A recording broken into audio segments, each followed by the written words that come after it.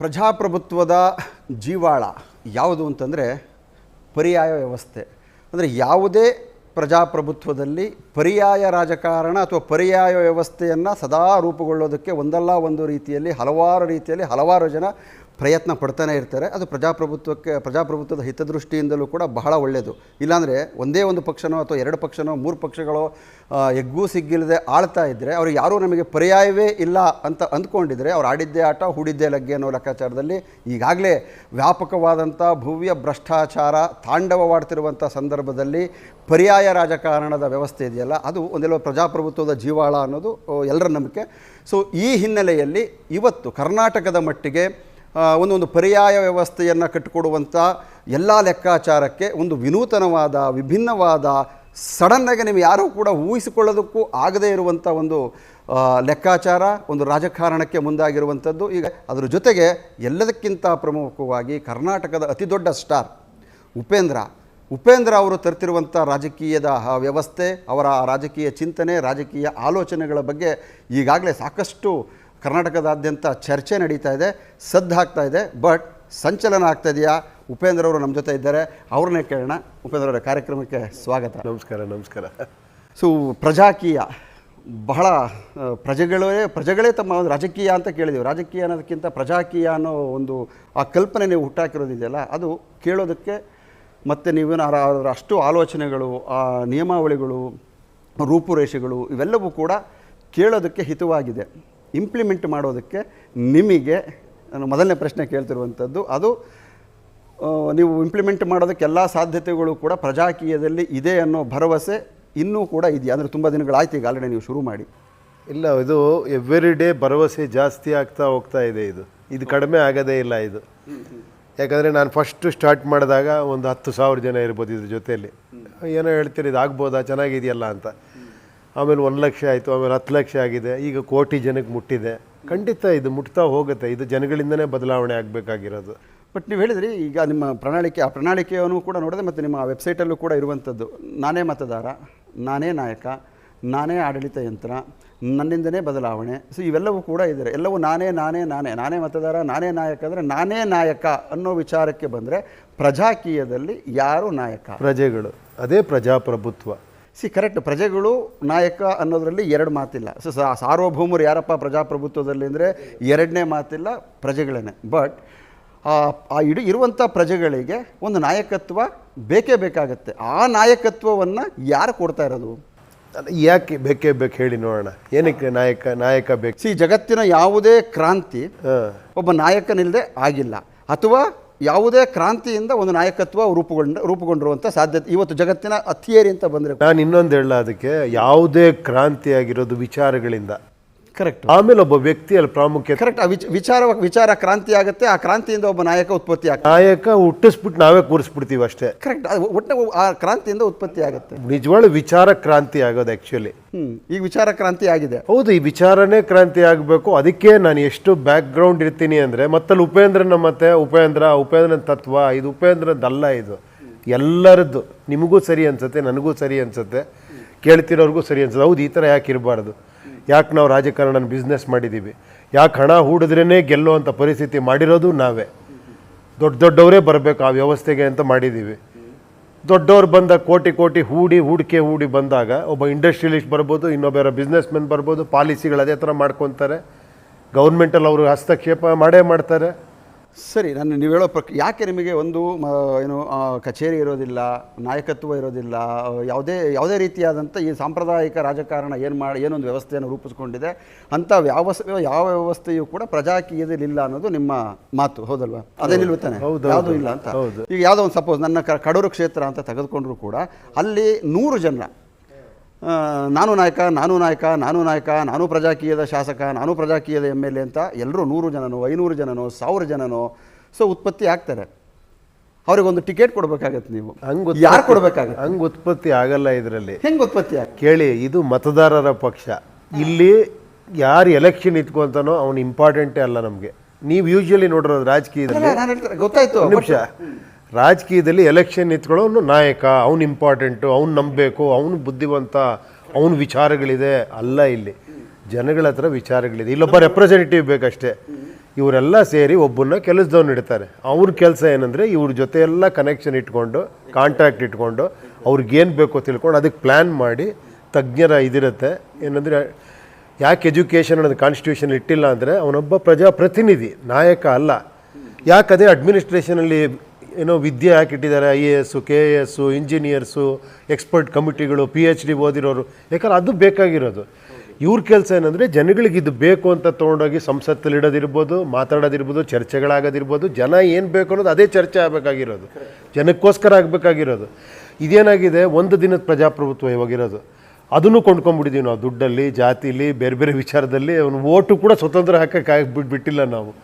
ಯಾಕಂದ್ರೆ ಒಂದು ಎಮೋಷನಲಿ ಅವನ್ನ ಫೂಲ್ ಮಾಡ್ತೀವಿ, ಇಲ್ಲ ಹಣ ಕೊಟ್ಟು ಕೊಂಡ್ಕೊತೀವಿ. ಅವನ ಪರಿಸ್ಥಿತಿ ಆ ದಾರುಣ ಮಾಡಿಬಿಟ್ಟಿದೆ. ಅವ್ನಿಗೆ 1,000 ರೂಪಾಯಿ ಬಂದುಬಿಟ್ರೆ ಅವ್ನ ಮನೇಲಿರೋರಿಗೆ ಎಲ್ಲರಿಗೂ ಸೇರಿ ಒಂದು 20,000 ಬಂದುಬಿಟ್ರೆ ಜೀವನ ಸಾಕಪ್ಪ ಅಂತ ಓಟ್ ಹಾಕೋ ಪರಿಸ್ಥಿತಿ ತಂದಿಟ್ಬಿಟ್ಟಿದ್ದೀವಿ ನಾವು. ಇನ್ನೆಲ್ಲಿದೆ ಪ್ರಜಾಪ್ರಭುತ್ವ? ರಾಜಪ್ರಭುತ್ವ ಇದೆ ಆ್ಯಕ್ಚುಲಿ.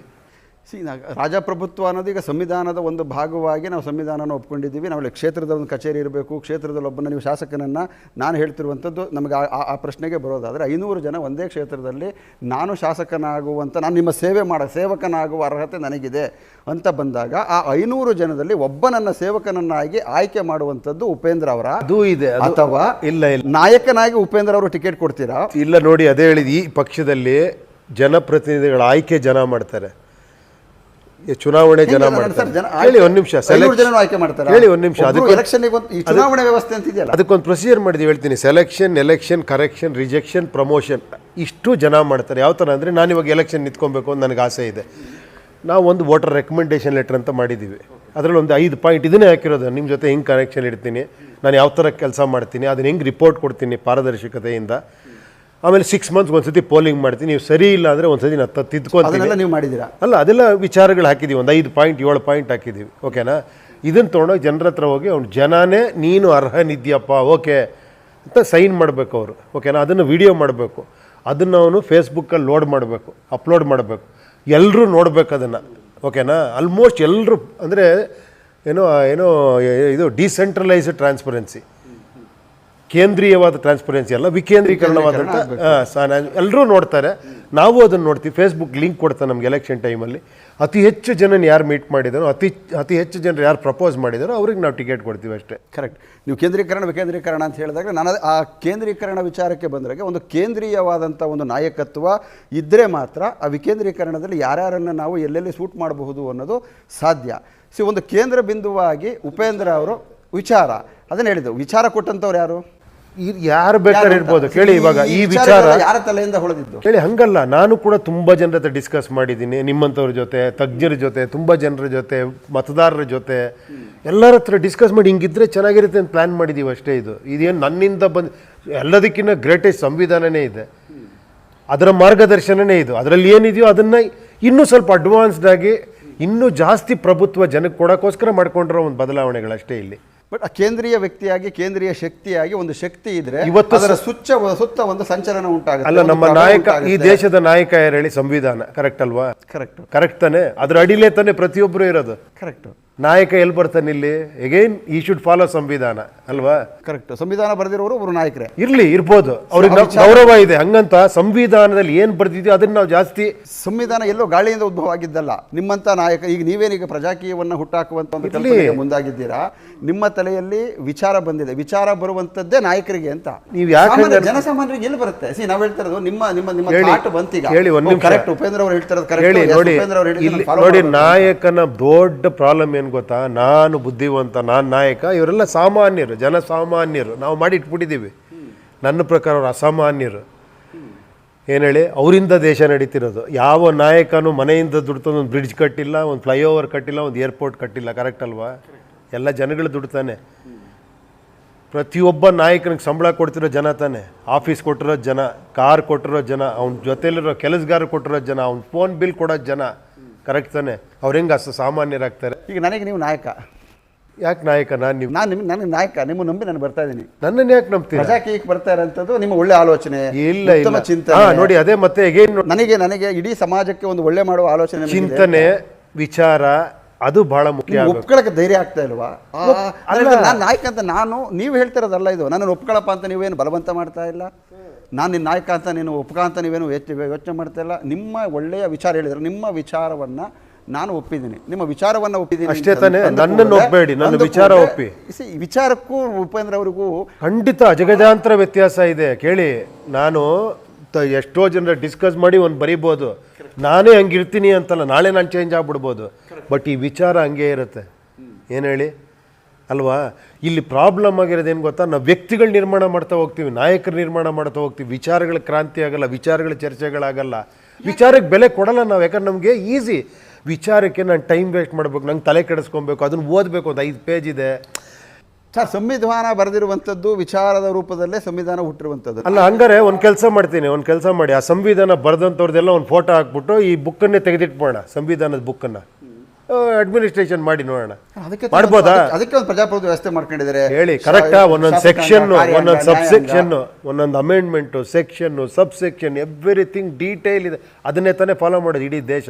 ಕರೆಕ್ಟ್ ವಿಚಾರ ತಾನೇ ಫಾಲೋ ಮಾಡ್ತಿರೋದು. ಬರೆದವ್ರು ಅಂಬೇಡ್ಕರ್, ಖಂಡಿತ ತುಂಬ ದಿನ ತಜ್ಞರು, ಎಲ್ಲ ಕರೆಕ್ಟ್ ಒಪ್ಕೊಳ್ಳೋಣ. ಬಟ್ ಈ ವಿಚಾರ, ನೀವು ಹೇಳೋ ವಿಚಾರನೂ ಅದರಲ್ಲಿಲ್ಲ, ಕೆಲವೊಂದು ವಿಚಾರಗಳು ಇಲ್ಲ ಅದರಲ್ಲಿ.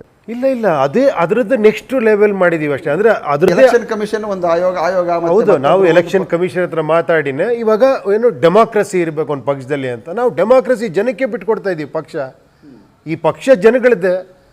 ಇಲ್ಲಿ ನಾನು ಯಾರು ಸೆಲೆಕ್ಟ್ ಮಾಡೋದಕ್ಕೆ ಅಭ್ಯರ್ಥಿಗಳನ್ನ? ನಾನೊಂದು ಕಮಿಟಿ ಮಾಡಿಕೊಂಡು ನಾನು ಇಲ್ಲ ಇವ್ರಿಗೆ ಕೊಡೋಣ, ಅವ್ರಿಗೆ ಕೊಡೋಣ, ಇವ್ರಿಗೆ ಕೊಡೋಣ ಅಂತ ನಾನೇ ಅದು ಜನನೇ ಮಾಡಲಿ. ನಮ್ಗೆ ಬೇಜಾರಾಗಬೇಡಿ, ಒಂದು ಮಾತು ಅನ್ಕಂಫರ್ಟಬಲ್ ಕ್ವಶನ್ನು.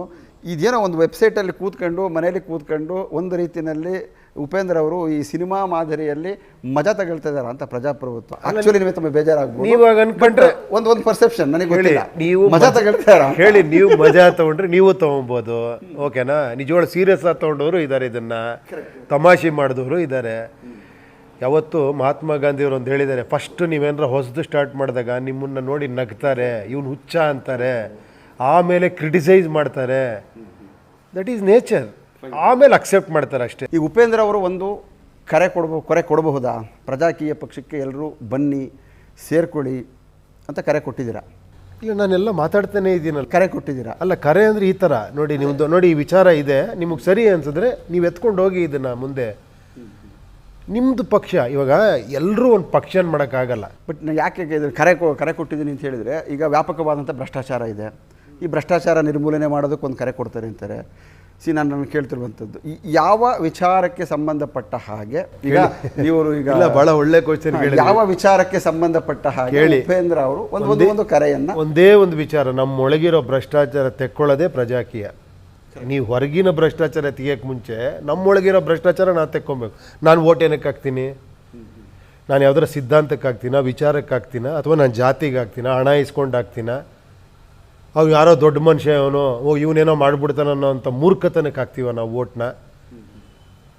ಹೇಳಿ, ಎಲ್ಲ ತಿಳ್ಕೊಂಡ್ರವ್ರಿಗೆ ನಮಗೆ ನಮ್ಮ ಬಡ್ಜೆಟ್ ಗೊತ್ತಾ, ನನ್ನ ಕ್ಷೇತ್ರಕ್ಕೆ ಎಷ್ಟು ಹಣ ಬಂದಿದೆ ಗೊತ್ತಾ, ಎಜುಕೇಷನ್ಗೆ ಎಷ್ಟು ಅಲಾಟ್ಮೆಂಟ್ ಆಗಿದೆ ಗೊತ್ತಾ, ನಮಗೆ ಬೇರೆ ಏನೇನೋ ವಿಷಯಗಳು ಗೊತ್ತಿರುತ್ತೆ. ನಮಗೆ ಪ್ರಪಂಚದ ವಿಷಯ ಎಲ್ಲ ತಿಳ್ಕೊಂಡಿರ್ತೀವಿ ನಾವು. ನನ್ನ ಕ್ಷೇತ್ರಕ್ಕೆ, ನನ್ನ ಹಳ್ಳಿಗೆ ಏನು ದುಡ್ಡು ಬಂದಿದೆ ಇದನ್ನು ತಿಳ್ಕೊಳ್ಳಲ್ಲ ನಾವು. ಸೊ ಯಾವುದಕ್ಕೆ ನಾವು ಮತ ಹಾಕಬೇಕು, ಇಂಥ ವಿಚಾರ ತಗೊಂಡು ಆಟೋಮೆಟಿಕ್ಕಾಗಿ ಚೇಂಜ್ ಆಗುತ್ತೆ. ಅದೇ ಪ್ರಜಾಕೀಯದಲ್ಲಿ ಹೇಳ್ತಿರೋದಷ್ಟೇ. ಪ್ರಾದೇಶಿಕವಾಗಿ ಕರ್ನಾಟಕ ಅಂತ ಇರೋದ್ರಿಂದ ಕರ್ನಾಟಕದ ಗಡಿ ಸಮಸ್ಯೆ ಅನ್ನೋ ವಿಚಾರಕ್ಕೆ ಬಂದರೆ, ಬೆಳಗಾವಿ ಗಡಿ ಸಮಸ್ಯೆ, ಕಾಸರಗೋಡಿನ ಗಡಿ ಸಮಸ್ಯೆ ವಿಚಾರಕ್ಕೆ ಸಂಬಂಧಪಟ್ಟಂಗೆ ತಮ್ಮ ಪ್ರಜಾಕೀಯದಲ್ಲಿ ತಮ್ಮ ವೈಯಕ್ತಿಕ ಅಭಿಪ್ರಾಯ ಇಲ್ಲ ಇಲ್ಲಿ. ನಾನು ಅದೇ ಹೇಳಿದ್ದು, ವೈಯಕ್ತಿಕ ಅಭಿಪ್ರಾಯ ಇರೋದೇನಿದ್ರು ರಾಜಕೀಯದಲ್ಲಿ. ರಾಜಕೀಯ ನೋಡಿ ಅಲ್ಲೇ ಇದೆ, ರಾಜ ಇದ್ದೇ ಇದನ್ನಲ್ಲಿ, ಅವ್ನು ಡಿಸಿಷನ್ ತೊಗೊತಾನೆ, ಇದು ಸರಿ ನಿಮಗೋಸ್ಕರ ನಾನು ಇದನ್ನು ಮಾಡ್ತೀನಿ ಅಂತಾನೆ. ಪ್ರಜಾಕೀಯದಲ್ಲಿ ಕಲೆಕ್ಟಿವ್ ಒಪಿನಿಯನ್ ಅಷ್ಟೇ. ಅಲ್ಲ, ನೀವು ನಾಯಕ ಅಲ್ಲ, ಒಬ್ಬ ಕರ್ನಾಟಕದ ಪ್ರಜೆಯಾಗಿ ಹೌದು ಗಡಿ ಪ್ರದೇಶಗಳ ಬಗ್ಗೆ ವಿಚಾರಕ್ಕೆ ಸಂಬಂಧಪಟ್ಟ ಹಾಗೆ ತಮ್ಮ ಅಭಿಪ್ರಾಯ ಗಡಿ ವಿಚಾರ ಹೇಳಿ. ಇಲ್ಲಿ ಕೇಳಿ, ನಾನು ನನ್ನ ಜಾಗ, ನನ್ನ ಏರಿಯಾ, ನಾನು ಇದಕ್ಕೆ ನಾನು ಇನ್ವಾಲ್ವ್ ಆಗ್ತೀನಿ ಅನ್ಕೊಳ್ಳಿ. ಆಲ್ ಓವರ್ ಕರ್ನಾಟಕದ ಏನೋ ಒಪಿನಿಯನ್ ಬಂದಾಗ ಅಲ್ಲಿ ನನ್ನ ಒಪಿನಿಯನ್ ನಾನು ಕೊಡ್ತೀನಿ. It depends, so many things. ಅಂಥದ್ದು ಬಂದಿಲ್ಲ ಅಂತ ನಿಮ್ಮ ಮೇಲೆ ಆರೋಪ. ಈಗ ಮೇಕೆದಾಟು ವಿಚಾರಕ್ಕೆ ಸಂಬಂಧಪಟ್ಟಂಗೆ ತಮಿಳ್ನಾಡಲ್ಲಿ ಒಂದಷ್ಟು ಏನೋ ಖ್ಯಾತೆ ತೆಗಿತಾರೆ. ಅವಾಗ ಏನಾಗುತ್ತೆ, ನಿಮ್ಮ ವಿಚಾರ ಈಗಾಗಲೇ ಪ್ರಜಾಕೀಯದಲ್ಲಿ ಬಹಳಷ್ಟು ವಿಚಾರಗಳನ್ನು ಕೊಟ್ಟಿದ್ದೀರಾ. ಮೇಕೆದಾಟು ವಿಚಾರದಲ್ಲಿ ಉಪೇಂದ್ರ ಅವ್ರದ್ದು ಒಂದು ಒಪಿನಿಯನ್, ಅಂದರೆ ನೀವು ನಾಯಕನಾಗಿ ಒಪಿನಿಯನ್ ಕೊಡಿ ಅಂತ ನಾವು ಕೇಳ್ತಾ ಇಲ್ಲ. ಪ್ರಜಾಕೀಯದ ಒಬ್ಬ ಸೇವಕನಾಗಿ ಒಂದು ಒಪಿನಿಯನನ್ನು ಇಲ್ಲಿವರೆಗೂ ಎಲ್ಲರೂ ಯಾಕೆ ಕೊಡೋಲ್ಲ, ಯಾಕೆ ಕೊಡಬಾರ್ದು ಅನ್ನೋ ಪ್ರಶ್ನೆ. ನಾನು ಕೊಟ್ಬಿಟ್ರೆ ನಾಯಕ ಆಗ್ತೀನಿ ಅಂತ. ಅಲ್ಲ ಹಾಗಲ್ಲ. ಇವಾಗ ಯಾಕೆ ನಾನು ಹೇಳ್ತಿರೋದು ಫಸ್ಟ್ ಯಾಕೆ ಮನಸ್ಥಿತಿ ನೀವು ಹೊರಗೆ ಬರ್ತಾ ಇಲ್ಲ ಅಂತ ಕೇಳಿ. ನಿಮ್ಗೆಲ್ಲ ಬೇಕಾಗಿರೋದೇ ಅಂದರೆ ಪ್ರಜಾಕೀಯ ಮಾಡ್ಕೊಳ್ಳೋ ಅವ್ರ ಒಪಿನಿಯನ್ ಏನು, ನಿಮ್ದೇನು ಹೇಳಿ ಮೇಕೆದಾಟು ಬಗ್ಗೆ ಒಪಿನಿಯನ್ ಅಂದರೆ it is not Prajakeeya opinion. Mekedatu project ಬೇಕು. ಹೌದು, ನನಗೆ ಕೇಳಿ ಒಂದು ನಿಮಿಷ, ನನಗೆ ಇಂಡಿವಿಜುವಲ್ ನನಗೆ ವಾಟರ್ ಬೇಕು more than all other things. ನನಗೆ ನೀರು, ಒಳ್ಳೆ ನೀರು ಬೇಕು, ಒಳ್ಳೆ ಗಾಳಿ ಬೇಕು, ಒಳ್ಳೆ ಪರಿಸರ ಬೇಕು, ಒಳ್ಳೆ ಏನೋ ಇನ್ಫ್ರಾಸ್ಟ್ರಕ್ಚರ್ ಬೇಕು, ಒಳ್ಳೆ ಶಾಲೆ ಬೇಕು. ಯಾರಿಗೆ ಬೇಡ ಅದು? Then I don't understand. ಇದನ್ನು ನಿಮ್ಮ ಒಪಿನಿಯನ್ ಅಂದರೆ ಬೇಡ ಅಂತ ಹೇಳ್ತೀನಿ ಅಂತ ನಾನು. Because of influencer. ನಾನು ನೀವು ಏನಂದರೆ ಕರ್ನಾಟಕದ ಮಟ್ಟಿಗೆ ಒಂದು ಸಾಕ್ಷಿ ಪ್ರಜ್ಞೆ, ಒಂದು ಇನ್ಫ್ಲೂಯೆನ್ಸರು, ಒಂದು ನಮ್ಮನ್ನು ತಮ್ಮ ಮಾತು ಕೇಳಿದರೆ ಎಲ್ಲೋ ಒಂದು ಕಡೆ ಈಗಿರೋ ಆಳ್ತಿರುವಂಥ ಕಿವಿಗೆ ಒಂದಷ್ಟು ಸೇರುತ್ತೆ, ಕೇಳುತ್ತೆ.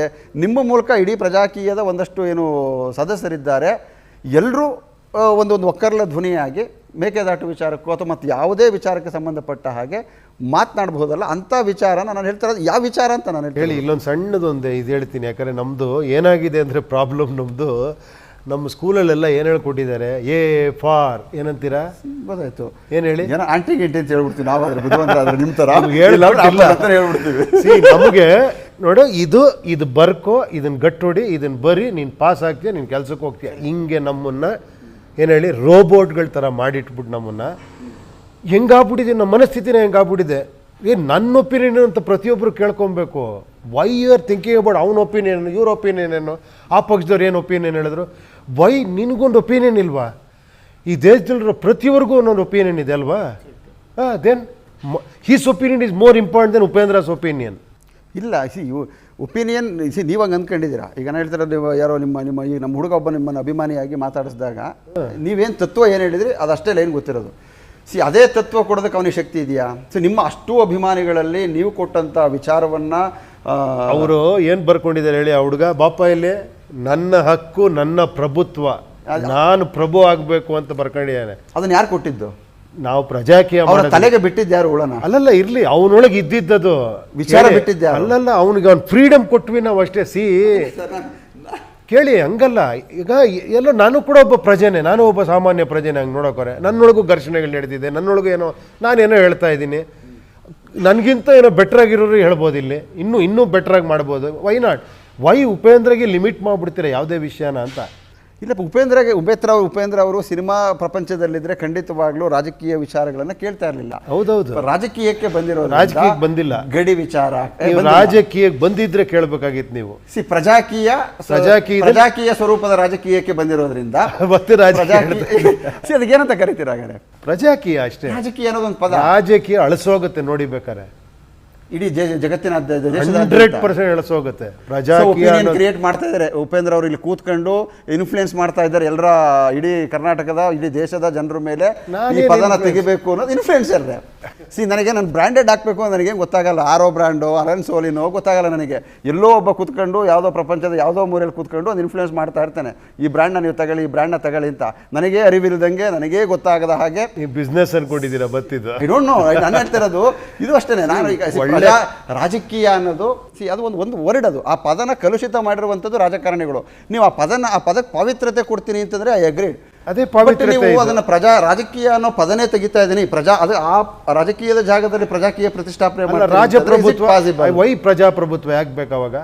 ಯಾವ್ದು ರಾಜಪ್ರಭುತ್ವ ಅಂತ ಇರ್ಬೇಕಾಗಿತ್ತು. ಪ್ರಜಾಪ್ರಭುತ್ವ ಪ್ರಜೆಗಳನ್ನೇ ಆಳುವಂಥದ್ದು ರಾಜಕೀಯ. ಪ್ರಜಾಪ್ರಭುತ್ವ ಅನ್ನೋದು ಎಲ್ಲರೂ ಗೊತ್ತಿರುವಂಥದ್ದು ಅಲ್ವಾ?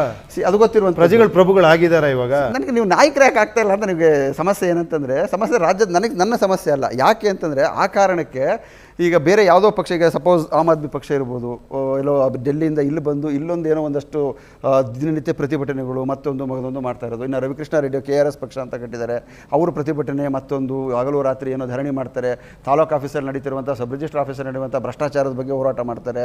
ಸೊ ಹೀಗೆ ಒಂದು ಬೀದಿಗಿಳಿದು ಪ್ರತಿ ಯಾವುದೇ ಒಂದು ವಿಚಾರದಲ್ಲಿ ಬೀದಿಗಿಳಿದು ಸೊ ಈ ವಿಚಾರವನ್ನು ಕೈಗೆತ್ಕೊಳ್ಳಿ ಅಂತ. ಅದನ್ನು ಉಪೇಂದ್ರ ಅವರು ಬೀದಿಗಿಳಿದು ಮಾಡಲ್ಲ, ಮನೇಲೆ ಕೂತ್ಕೊಂಡು ಮಾಡ್ತಾರೆ. ಅಲ್ಲ, ವ್ಯತ್ಯಾಸ ಇಷ್ಟೇನಾ? ನೋಡಿ, ಅವ್ರು ಆಲ್ರೆಡಿ ಬೀದಿಗಿಳಿದು ಮಾಡ್ತಿರೋರು. ಇವಾಗ ಅವ್ರಿಗೆ ಕಾಂಪಿಟೇಟರ್ ನಾನು ಯಾಕಾಗಲಿ, ನಾನು ಆಗಬೇಕಾ, ಇನ್ನೊಬ್ಬ ಬೇಕಾ? ಅಲ್ಲಿ ಆಲ್ರೆಡಿ 4 ಜನ ಬೀದಿಲಿ ಇಳಿದು ಹೋರಾಟ ಮಾಡ್ತಾ ಇದ್ದಾರೆ. ನಾನು ಬೇರೆ ಥರದ್ದು ಹೇಳ್ತೇನೆ. ನೀವೇ ಹೇಳಿದ್ರಿ ಸ್ಟಾರ್ಟ್ ವಿತ್ ಏನು ಹೇಳಿದ್ರಿ, ಎಲ್ಲ ಬೇರೆ ಬೇರೆ ಥರ ವಿಚಾರಗಳು, ಪಕ್ಷಗಳು ಅಲ್ವಾ? ನಾನು ಮತ್ತೆ ಅದನ್ನೇ ಮಾಡಿದ್ರೆ ಈ ಕಡೆ ತಿರುಗಿ ನೋಡಿ ಏನು ಹೇಳ್ತಿದ್ದೀನಿ ನಾನು, ಹೋರಾಟ ಕರೆಕ್ಟಾಗಿ ವೋಟ್ ಮಾಡೋದೇ ಒಂದು ಹೋರಾಟ, ಕರೆಕ್ಟಾ? ನೀವು ಇನ್ವಾಲ್ವ್ ಆಗೋದೇ ಹೋರಾಟ, ನಿಜವಾದ ಹೋರಾಟ ಬೇಕು ನಿಮ್ಗೆ. ಕರೆಕ್ಟಾಗಿ ಈ ಸಿಸ್ಟಮ್ ನಡೆದ್ಬಿಟ್ರೆ ಹೋರಾಟ ಬೇಕಾ? ಸಮಾಜ ಸೇವೆ ಬೇಕಾಗತ್ತಾ?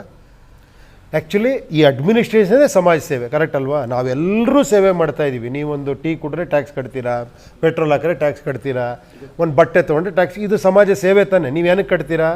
ಒಬ್ಬ ಇನ್ಕಮ್ ಟ್ಯಾಕ್ಸ್ ಯಾಕೆ ಕಟ್ತಾನೆ? ಕರೆಕ್ಟ್. 50 ಲಕ್ಷ ತೊಗೊಳ್ಳೋನು 25 ಲಕ್ಷನೋ 20 ಲಕ್ಷ ಇನ್ಕಮ್ ಟ್ಯಾಕ್ಸ್ ಏನಕ್ಕೆ ಕಟ್ತಾನೆ ಅಂದರೆ ಅವನು ನಾನು ಮಾತ್ರ ಓಡಾಡೋಕ್ಕೆ ರೋಡ್ ಮಾಡ್ಕೊಳ್ಳಲ್ಲ ಅವನು. ಕೇಳಿ, ಎಲ್ಲರಿಗೂ ಆಗಬೇಕು, ಒಂದು ವಸತಿ ಮಾಡಬೇಕು, ಅದಕ್ಕೂ ದುಡ್ಡು ಹೋಗುತ್ತೆ. Everybody sharing. ನನಗೆ ನೀವು ಹೇಳಿದ್ರು ನಾನು ಸಮಾಜ ಸೇವೆ ಮಾಡ್ತಾ ಇದ್ದೀನಿ ಟ್ಯಾಕ್ಸ್ ಕಟ್ಟೋದ್ರ ಮೂಲಕ. ಆದರೆ ಅಲ್ಲಿ ಯಾವನೋ ಸಬ್ ರಿಜಿಸ್ಟರ್ ಆಫೀಸಲ್ಲಿ ಇನ್ಯಾವನೋ ನನ್ನ ಮನೆ ತಗೊಂಡು ಒಂದು ಸೈಟ್ ತಗೊಳ್ತೀನಿ ಅಂತ ಹೋದಾಗ ನನ್ನ ದುಡ್ಡಲ್ಲೂ ಲಂಚ ಕೇಳ್ತಾನೆ, ಮತ್ತೊಂದು ಕೇಳ್ತಾನೆ, ಅದರ ಟ್ಯಾಕ್ಸು ಕಟ್ತೀನಿ, ಎಲ್ಲ ಭ್ರಷ್ಟಾಚಾರ ನಡೀತಾ ಇರ್ತದೆ. ನನಗೆ ಆ ಧ್ವನಿ ಇಲ್ಲ ಕೇಳೋದಕ್ಕೆ. ನನ್ನನ್ನು ಸಪ್ರೆಸ್ ಮಾಡ್ತಾರೆ ನನ್ನ ಸಬ್ ರಿಜಿಸ್ಟರ್ ಆಫೀಸರ್ ಅಥವಾ ಇನ್ಯಾವುದೋ ಪೊಲೀಸ್ ಸ್ಟೇಷನಲ್ಲಿ ಅವ್ಯವಹಾರವಾಗಿ ನಡೀತಾ ಇರ್ತದೆ. ಅದನ್ನು ಉಪೇಂದ್ರ ಯಾಕೆ ನಾನು ಹೇಳ್ತಿರೋ ಬೇರೆ ಪಕ್ಷದವರು ಬೇರೆ ನಾಯಕರು ಬೀದಿಗಿಳಿತಾರೆ, ಒಂದು ಯಾರೋ ನ್ಯಾಯ ಕೊಡಿಸ್ತಾರೆ, ಅದನ್ನು ಸರಿ ಮಾಡೋ ಪ್ರಯತ್ನ ಮಾಡ್ತಾರೆ. ಸೊ ತಾವು ಅದನ್ನು ಸರಿ ಮಾಡೋದಕ್ಕೆ ಬೀದಿಗೆ ಇಳಿಲೇಬಾರ್ದು ಅನ್ನೋ ನಿರ್ಧಾರಕ್ಕೆ ಯಾಕೆ ಬಂದಿದ್ದೀರಾ? ನನಗೆ ರೀಚ್ ಆಗಲ್ಲ ಅನ್ನೋ ಕಾರಣಕ್ಕೆ. ಕೇಳಿ ಒಂದು ನಿಮಿಷ, ಇದಕ್ಕೆ ನಿಮಗೆ ಒಂದು ಕ್ವಶನ್ ಕೇಳ್ತೀನಿ. ಎಷ್ಟು ಹೋರಾಟಗಳು ಈ ದೇಶದಲ್ಲಿ ನಡೆದಿದೆ? ಕರೆಕ್ಟಾ? ಯಾಕೆ ಇವತ್ತು ಎಂಡ್ ಆಗಿಲ್ಲ? ಅದು ಎಂಡ್ ಆಗಬೇಕಾಗಿತ್ತಾನೆ. ಹೋರಾಟ ಮಾಡಿ ಇದನ್ನು ಕೊನೆಗಳಿಸ್ಬೇಕಾಗಿತ್ತು. ನಿರಂತರ ಹೋರಾಟನ ಇದು? ಬದುಕೆ ನಿರಂತರ ಹೋರಾಟ ಇಲ್ಲ. ಬದುಕಿಗೆ ನಿರಂತರ ಹೋರಾಟ ಬೇರೆ. ನೀವಿಗೆಲ್ಲೊಂದು ಬ್ಯೂಟಿಫುಲ್ ಸಿಸ್ಟಮ್ ಇದೆ. ಏನು ಹೇಳಿ? ಈಗ ಟೆಕ್ನಾಲಜಿ ಇದೆ, ಟ್ರಾನ್ಸ್ಪರೆನ್ಸಿ ತರ್ಬೋದು, ಬ್ಲಾಕ್ ಚೈನ್ ಟೆಕ್ನಾಲಜಿ ತರ್ಬೋದು. ಟ್ರಾನ್ಸ್ಪರೆನ್ಸಿ ಇದ್ದಾಗ ಯಾಕೆ ಹೋರಾಟ ಆಗುತ್ತೆ? ಕೇಳಿ ಒಂದು ನಿಮಿಷ, ನನಗೊಂದು ಸಂಬಳ ಕೊಡ್ತೀನಿ. Sorry for interrupt. ಹೋರಾಟ ಯಾಕೆ ಮಾಡಬೇಕು ಅಂತಂದರೆ ಕನ್ನಡದಲ್ಲಿ ನೀವು ಕನ್ನಡದ ನಟನಾಗಿ ನಮಗೆ ಕನ್ನಡದ ಪ್ರಾದೇಶಿಕತೆಗೆ ಸಂಬಂಧಪಟ್ಟ ವಿಚಾರವಾಗಿ ಸಿಕ್ಕಾಬಟ್ಟೆ ಇಶ್ಯೂಗಳಿದ್ದಾವೆ. ಒಂದು ಇಡೀ ಕರ್ನಾಟಕ ಸರ್ಕಾರಿ ವ್ಯವಸ್ಥೆಯಲ್ಲಿ ಕನ್ನಡಿಗರಿಗೆ ಕೆಲಸ ಸಿಗ್ತಾ ಇಲ್ಲ, ಅನ್ಯಾಯ ಆಗ್ತಾ ಇರುವಂಥದ್ದು. ಗ್ರಾಮೀಣ ಬ್ಯಾಂಕ್ಗಳಲ್ಲಿ ಮೊನ್ನೆ ನಡೆದಂಥ ಗ್ರಾಮೀಣ ಬ್ಯಾಂಕ್ಗಳ ಅಪಾಯಿಂಟ್ಮೆಂಟ್ 11,000 ಚಿಲ್ಲರೆ ಅಪಾಯಿಂಟ್ಮೆಂಟ್ ಮಾಡ್ಕೊಂಡ್ರು. ಅದರಲ್ಲಿ ಕೇವಲ 1,060 ಜನಕ್ಕೆ ಮಾತ್ರ ಕನ್ನಡಿಗರಿಗೆ ಕೆಲಸ ಸಿಕ್ಕಿದ್ದಂಥದ್ದು. ನನ್ನ ಹಳ್ಳಿನಲ್ಲಿ ಹಿಂದಿಯವನು ಯಾವನೋ ಬಂದು ಅಥವಾ ಮತ್ಯಾವುದೋ ಬೇರೆ ಭಾಷಿಕ ಬಂದು ನನ್ನ ಜೊತೆ ವ್ಯವಹಾರ ಮಾಡೋದಕ್ಕೆ ಗ್ರಾಮೀಣ ಬ್ಯಾಂಕ್ಗಳ ಬಗ್ಗೆ ನಾನು ಹೇಳ್ತಿರುವಂಥದ್ದು. ಇದು ಉಪೇಂದ್ರ ಅವರಿಗೆ ಇದನ್ನು ಬೆಳಕು ಚೆಲ್ಲಬೇಕು. ಈ ಕನ್ನಡದಲ್ಲಿ ನೀವು ಇನ್ಫ್ಲುಯೆನ್ಸ್ ಈಗ ನೀವು ಹೇಳ್ತಿರೋದು ಎಲ್ಲರಿಗೂ ಗೊತ್ತಿದೆ, ಕನ್ನಡಿಗರಿಗೆ ಗೊತ್ತಿದೆಯಲ್ವಾ? ಇಲ್ಲಿ ಕನ್ನಡಿಗ ಸಪ್ರೆಸ್ ಆಗ್ತಿದೆ, ಕನ್ನಡಿಗರಿಗೆ ಕೆಲಸ ಸಿಗ್ತಿಲ್ಲ ಅಂತ ಮಾಡ್ತಾ ಇದ್ದಾರೆ, ಹೋರಾಟಗಳಾಗ್ತಾ ಇದೆಯಲ್ವಾ? ಹೌದು. ಮತ್ತಿನ್ನೇನು ಸರಿ ಹೋಗ್ಬೇಕಲ್ಲ? ಅದು ಕರೆಕ್ಟ್. ಹೋರಾಟ ಕನ್ವಿಕ್ಷನ್ ಇಲ್ಲ ಅಂತ. ಈ ಹೋರಾಟ ಮಾಡ್ತಿದ್ದವರಿಗೆ ಒಂದು ಕನ್ವಿಕ್ಷನ್ ಇಲ್ಲ, ಕಾಂಪ್ರಮೈಸ್ ಆಗ್ಬಿಡ್ತಾರೆ, ಎಲ್ಲೋ ದುಡ್ಡು ಹೊಡ್ಕೊಂಡ್ಬಿಡ್ತಾರೆ, ಅವರು ದುಡ್ಡು ತಿಂದ್ಬಿಡ್ತಾರೆ, ಮಿನಿಸ್ಟ್ರು ದುಡ್ಡು ಕೊಡ್ಬೋದು, ಸರ್ಕಾರ ದುಡ್ಡು ಕೊಡ್ಬೋದು, ಯಾರೋ ನೀವು ಹೇಳ್ತಿರುವ ಈಗ ಹೋರಾಟ ಮಾಡ್ತಿರುವಂಥ ಯಾವನೇ ನಾಯಕ ಕನ್ನಡದ ಪರವಾಗಿ ಅವನು ಕಾಂಪ್ರಮೈಸ್ ಆಗಿದ್ದಾನೆ ಅಂತ. ಉಪೇಂದ್ರ ಅವರ ಬಗ್ಗೆ ನಮಗೊಂದು ಸ್ಟ್ರಾಂಗ್ ಬದ್ಧತೆ ಇಟ್ಕೊಂಡಿರುವಂತ ಉಪೇಂದ್ರ ನಂಬ್ತೀರಾ ನೀವು? ಗೊತ್ತಿಲ್ಲ, ನಾನು ಅದಕ್ಕೆ ಹೇಳ್ತಾ ಇರೋದು. ನಾಳೆ ನಾನು ಚೇಂಜ್ ಆಗ್ಬೋದು. ಆ ಭಯಕ್ಕೆ ನೀವು ಬೀದಿಗಿಳಿತಿಲ್ವಾ? ಅಲ್ಲ, ಭಯ ಅಲ್ಲ. ನಾನು ಹೇಳಿದ್ ನೀವು ಅದು ಮಾತಾಡಿದ್ರೆ ಈಗ ನೀವು ಗ್ರಾಮೀಣ ಭಾಗಕ್ಕೆ ಕನ್ನಡಿಗರಿಗೆ ಏನೋ ಹೆಂಗಾಗಿದೆ ಗೊತ್ತಾ? ಒಂದ್ ನಿಮಿಷ ಹೇಳ್ತೀನಿ ಕೇಳಿ. ನೀವು ಕೇಳ್ತಿರೋ ಕ್ವಶನ್ ಹೆಂಗಿದೆ ಅಂದ್ರೆ, ಯಾರೋ ಒಬ್ಬ ಇಲ್ಲಿ ಏನೋ ಮಾಡಕ್ ಬಂದ್ರೆ ಬರಯ್ಯ ನಮ್ಮ ಮನೆ ಬಚ್ಚಲು ತೊಳಿ ಬಾ, ಇಲ್ಲಿ ಕಸ ಗುಡ್ಸು. ನೋ, ಇಟ್ ಈಸ್ ಅವರ್ ಮನೆ, ನಮ್ಮೆಲ್ಲರ ಮನೆ. ನಾನು ನನ್ನ ಕೆಲಸ ನಾನು ಮಾಡಿ, ನೀವು ನನ್ನ ಕರೀರಿ ಅಂತ ಆ ಥರ ಹೇಳ್ತಾ ಇರೋದು. ಬಪ್ಪ ನೀನು ಅಲ್ಲಿ ಕನ್ನಡ ಮಾಡಿ ನನಗೆ ಕನ್ನಡ ಮಂತ್ರಿಗಳನ್ನ ಕರೆಯೋಣ ಬನ್ನಿಲಿ ಹೇಳಿ. ನಾನೊಂದು ಹೋರಾಟ ಮಾಡಿದ್ದೀನಿ. ಈ ರಾಜಕೀಯ ವ್ಯವಸ್ಥೆ ನಡೆಸಿ ಒಂದು ಪ್ರಜಾಪ್ರಭುತ್ವ ತರಬೇಕು, ಒಂದು ಪಕ್ಷ ಸ್ಥಾಪಿಸಬೇಕು, ಅದು ಜನರಿಂದ ಆಗಬೇಕು, ಟ್ರಾನ್ಸ್ಪರೆನ್ಸಿ ತರಬೇಕು, ಸಂಬಳ ಕೆಲಸ ಮಾಡೋ ಸಿಸ್ಟಮ್ ಬರಬೇಕು, ಪ್ರತಿಯೊಂದು ಪಾರದರ್ಶಕತೆ ಜನಕ್ಕೆ ತೋರಿಸ್ಬೇಕು, ರಿಪೋರ್ಟು, ರೈಟ್ ಟು ರೀಕಾಲ್ ಬರಬೇಕು. ಇದೆಲ್ಲ ಒಂದು ದೊಡ್ಡ ಹೋರಾಟನೇ ಇದು. ಅದೆಲ್ಲ ವ್ಯವಸ್ಥೆನೂ ಇದೆ ಈಗ ಆಲ್ರೆಡಿ. ಯಾವುದು ನೀವು ಹೇಳಿದ ಅಷ್ಟು ವ್ಯವಸ್ಥೆನೂ ಪ್ರಜಾಪ್ರಭುತ್ವ ವ್ಯವಸ್ಥೆಯಲ್ಲಿ ಸಾಂವಿಧಾನಿಕ ರೈಟ್ ಟು ರೀಕಾಲ್ ಇದೆಯಾ? So almost right to recall ಇದೆ, ಬಟ್ ಬೇರೆ ಬೇರೆ ರೂಪಗಳಲ್ಲಿದೆ. ಅದನ್ನು ಇಂಪ್ಲಿಮೆಂಟ್ ಮಾಡೋಕ್ಕೆ ಅವರೇ ಬಿಟ್ಟಿಲ್ಲ. ನಿಮಗೆ ಬೇಡ ಅಂದಿದ್ದು ಅದು ನಡೀತಾ ಇದೆ. ಅದೊಂದೇ ನೀವು ವಿಚಾರ ಇಟ್ಕೊಂಡು ಸಂವಿಧಾನದಲ್ಲಿ ಒಬ್ಬ ವ್ಯಕ್ತಿ ಬೇರೆ ಬೇರೆ ಕಾರಣಕ್ಕೆ ತುಂಬ ಶಾಸಕ ಏನಾದರೂ ತಪ್ಪು ಮಾಡಿದ್ದಂಥ ಸಂದರ್ಭದಲ್ಲಿ ರೈಟ್ ಟು ರೀಕಾಲ್ನ ನಾವು ತಗೋಬೋದು ಅನ್ನೋದು ಒಂದು ಸಣ್ಣ ಸಣ್ಣದಿದೆ. ಅದು ತುಂಬ ಢಾಳಾಗಿಲ್ಲ. ಅದು ರಾಜಕಾರಣಿಗಳು ಇಲ್ಲಿವರೆಗೂ ಅದನ್ನು ಮುಚ್ಚಿಟ್ಟಿದ್ದಾರೆ. ನಮ್ಮ ಕೆಲಸ ತಾನೆ ಇದು, ಒಂದು ಹೋರಾಟ ತಾನೆ. ಕರೆಕ್ಟ್. ಇದು ಯಾಕೆ ಹೋರಾಟ ಅನ್ಕೊಳ್ಳಲ್ಲ ನೀವು? ರಸ್ತೆಯಲ್ಲಿ ಹಿಡಿದು ಒಂದು ಬಾವುಟ ಇಟ್ಕೊಳ್ಳದೆ ಹೋರಾಟ ಅನ್ನಂಗಿದ್ರೆ ಅದಕ್ಕೊಂದಷ್ಟು ಜನ ಇರ್ತಾರೆ. ನಾನೊಂದು ಹೋರಾಟ ಮಾಡ್ತೀನಿ. ಸ್ವಾತಂತ್ರ್ಯ ಭಾರತಕ್ಕೆ ಬರಬೇಕಾದ್ರೆ ಗಾಂಧೀಜಿ ಒಂದು ಕರೆ ಕೊಡ್ತಾರೆ, ಇನ್ಯಾರೋ ನೆಹರು ಕರೆ ಕೊಡ್ತಾರೆ, ಇನ್ಯಾರೋ ಸಾವರ್ಕರ್ ಕರೆ ಕೊಟ್ಟಿರ್ಬೋದು. ಸೊ ಇವೆಲ್ಲ ಇರೋದ್ರಿಂದ ಹೇಳ್ತಾ ಇರೋದು ಒಂದು ಕರೆ ಅಂತಂದರೆ ಅವರನ್ನು ನಂಬಿ, ಅವರ ಸಿದ್ಧಾಂತವನ್ನು ನಂಬಿ, ವ್ಯಕ್ತಿತ್ವವನ್ನು ನಂಬಿ, ಅವರ ಬದ್ಧತೆಯನ್ನು ನಂಬಿ ಬರುವಂಥ ವ್ಯಕ್ತಿಗಳಿಗೆ ಉಪೇಂದ್ರ ಅವರು ಆ ಬದ್ಧತೆ ವಿಚಾರಕ್ಕೆ ಸಂಬಂಧಪಟ್ಟ ಹಾಗೆ ಇನ್ನೂ ಗೋಚರಿಸ್ತಾ ಇಲ್ಲ. ಆ ಕಾರಣಕ್ಕೇ ತುಂಬ ಜನ ಈಗ ನಿಮ್ಮ ಅಭಿಮಾನಿಗಳು ತುಂಬ ಬ್ಲೈಂಡಾಗಿ ನಿಮ್ಮನ್ನು ಒಪ್ಪುವಂಥ ಅಭಿಮಾನಿಗಳು, ನಿಮ್ಮ ಮೇಲೆ ವ್ಯಾಪಕವಾದಂಥ ಪ್ರೀತಿ ಇರುವಂಥ ಅಭಿಮಾನಿಗಳು ನಿಮ್ಮನ್ನು ನಾಯಕ ಅಂತ ಅವ್ರು ಒಪ್ಕೊಂಡಿದ್ದಾರೆ. ನೀವು ಕಾರ್ಯ ಕೊಡಲಿ ಬಿಡಲಿ, ನೀವು ಪ್ರಜಾಕೀಯ ಮಾಡ್ತೀರಾ, ಇನ್ನು ಏನೇ ಮಾಡಿದರೂ ಕೂಡ ನಿಮ್ಮ ಅಭಿಮಾನಿಗಳು ನಿಮ್ಮ ಜೊತೆಗೆ ಇರ್ತಾರೆ. ಅಪಾರ್ಟ್ ಫ್ರಮ್ ದಟ್, ಇಷ್ಟು ಹೊತ್ತಿಗೆ ರಾಜಕೀಯವಾಗಿ ಸದ್ದು ಮಾಡ್ತಾ ಇದೆ ಅನ್ನೋ ಮೊದಲೇ ಪದ ನಾನು ಯಾಕೆ ಉಪಯೋಗ ಮಾಡಿದೆ ಅಂತಂದರೆ, ಸಂಚಲನ ಆಗ್ತಾ ಇಲ್ಲ. ಯಾಕೆ ಸಂಚಲನ ಆಗ್ತಾ ಇಲ್ಲ ಅಂದರೆ, ಉಪೇಂದ್ರ ಅವರ ನಿಜವಾದ ವಿಚಾರ ಏನು ಅನ್ನೋದು ಕನ್ಫ್ಯೂಷನ್ ಆಗ್ತಾ ಇರೋದು ಜನಕ್ಕೆ. ನೇರವಾಗಿ ಸರಳವಾಗಿ ತಡ್ತಾ ಇಲ್ಲ. ಉಪೇಂದ್ರ ಬೀದಿಗಿಳಿತಾ ಇಲ್ಲ. ಒಂದು ನಿಮಿಷ, ನನ್ನ ಫೋಟೋ ಕೊಟ್ಟರೆ ನೀವು ಕ್ಲೀನಾಗಿ ಕನ್ವಿನ್ಸ್ ಆಗ್ಬಿಡ್ದು ಇದು ಉಪೇಂದ್ರ. ನೋಡ್ತೀರಾ ಏನೋ ಮೂಗು ಸ್ವಲ್ಪ ಇದೆಯಲ್ಲ, ಕೂದಲೆಲ್ಲ ಸ್ವಲ್ಪ ಇದಾಗಿದೆಯಲ್ವಾ ಅಂತ. ಕನ್ನಡಿ ಹಿಡಿದ್ಬಿಟ್ರೆ ನಿಮಗೆ ಏನು ಹೇಳ್ತೀರಾ ನೀವು? ನಾನೇ ಇನ್ನೇನು ಕನ್ನಡ ಹಿಡಿದ್ರು ಅಷ್ಟೇ. ಈಗ ಹೇಳಿ ಏನೇನಿದೆ ಇದರಲ್ಲಿ, ಕರೆಕ್ಟ್ ಏನಿದೆ, ಒಳ್ಳೇದೇನಿದೆ, ಸರಿ ಏನಿದೆ, ತಪ್ಪೇನಿದೆ ಅಂತ ಕನ್ನಡಿ ಕನ್ನಡಿ ಕೇಳಿ. ಕನ್ನಡಿನೇ ಇದು ಕೇಳಿ. ನೀವು ಇದುವರೆಗೂ ಪ್ರತಿಯೊಬ್ಬರು ಏನು ಗೊತ್ತಾ ಕೇಳಿ, ಒಂದು ನಿಮಿಷ ಇಲ್ಲಿ ಬರೋದು ನಾನು ಏನಕ್ಕೆ ಹೋರಾಟ ಮಾಡಬೇಕು ಹೇಳಿ. ಫಸ್ಟ್ ಆಫ್ ಆಲ್ ಕೇಳಿ, ಒಂದು ನಿಮಿಷ ಹೇಳಿ. ಒಂದು ಎಲ್ಲ ಕೇಳಿ, ಎಲ್ಲ ಅನ್ಕೊಂಡು ಬರೀ ಹಣ ಮಾಡೋಕ್ಕೆ ರಾಜಕೀಯಕ್ಕೆ ಬರ್ತಾರೆ, ಹೆಸರು ಮಾಡೋಕ್ಕೂ ರಾಜಕೀಯಕ್ಕೆ ಬರ್ತಾರೆ, ಸಾಧನೆ ಮಾಡಬೇಕು. ಕೇಳಿ, ನಾನು ಹೇಳ್ತಿರೋ ಸಾಧನೆ ಮಾಡೋಕೆ ನಾಳೆ ಉಪೇಂದ್ರ ಒಂದು ಸ್ಟ್ಯಾಚ್ಯೂ ಮಾಡಿ ನಾನು ಸತ್ತೋದ್ರ ಮೇಲೆ ಥಿಂಕ್ ಮಾಡ್ತಾ ಇರ್ತೀನಿ. ಒಂದು ಹಾಲಾಭಿಷೇಕ, ನೀರಾಭಿಷೇಕ ಕೇಳಿ ಹೇಳ್ತೀನಿ ಕೇಳಿ. ನನಗೆ ಅದ್ರ ಬಗ್ಗೆ ನಂಬಿಕೆ ಇಲ್ಲ. ಆ್ಯಕ್ಚುಲಿ ಇನ್ನೊಂದು ನನಗೆ ಸತ್ತೋಗಿರೋದು ನನ್ನ ಲೈಫಲ್ಲಿ ಏನಂದರೆ, ನನ್ನ ಒಳಗಡೆ ಇರೋ ಇದು ನಾಯಕ ಬಂದು ದೇಶ ಬದಲಾವಣೆ ಮಾಡ್ತಾನೆ ಅನ್ನೋನು ನಾನು ನಂಬಿದ್ದೀನಿ, ನಾನು ಕಾದಿದ್ದೀನಿ. ನನಗೆ ಅನ್ನಿಸ್ತಿರೋದು ಈ ನಾಯಕನ ಕೈಯಿಂದ ಆಗಲ್ಲ ಈ ದೇಶ ಬದಲಾವಣೆ. ಬೇಜಾರಾಗಬೇಡಿ, ನಿಮಗೆ ತಾಕತ್ತಿದ್ರೆ ಯಾವುದೋ ಒಂದು ಕ್ಷೇತ್ರಕ್ಕೆ ನೀವೇ ಆಯ್ಕೆ ಮಾಡಿಕೊಂಡು ನಿಮ್ಮ ಪ್ರಜಾಕೀಯದ ಯಾವುದೋ ಒಂದು ಕ್ಷೇತ್ರಕ್ಕೆ ಹೋಗಿ ನೀವು ಅಲ್ಲಿ ನಿಂತ್ಕೊಂಡ್ರೆ, ನಿಮ್ಮ ಪ್ರಜಾಕೀಯ ಪಕ್ಷದವರು ಹಾರ ತುರಾಯಿ ಇದನ್ನ ಯಾವುದನ್ನು ಕೂಡ ತರದೆ ನಿಮ್ಮನ್ನ ಇನ್ವೈಟ್ ಮಾಡ್ತಾರ, ಸನ್ಮಾನ ಮಾಡ್ತಾರ. ನಾನು ಹೇಳ್ತಿರುವಂಥದ್ದು, ನನಗೆ ಅದು ಯಾವುದೂ ಬೇಡ ಅಂತ ನೀವು ಹೇಳ್ತೀರಾ.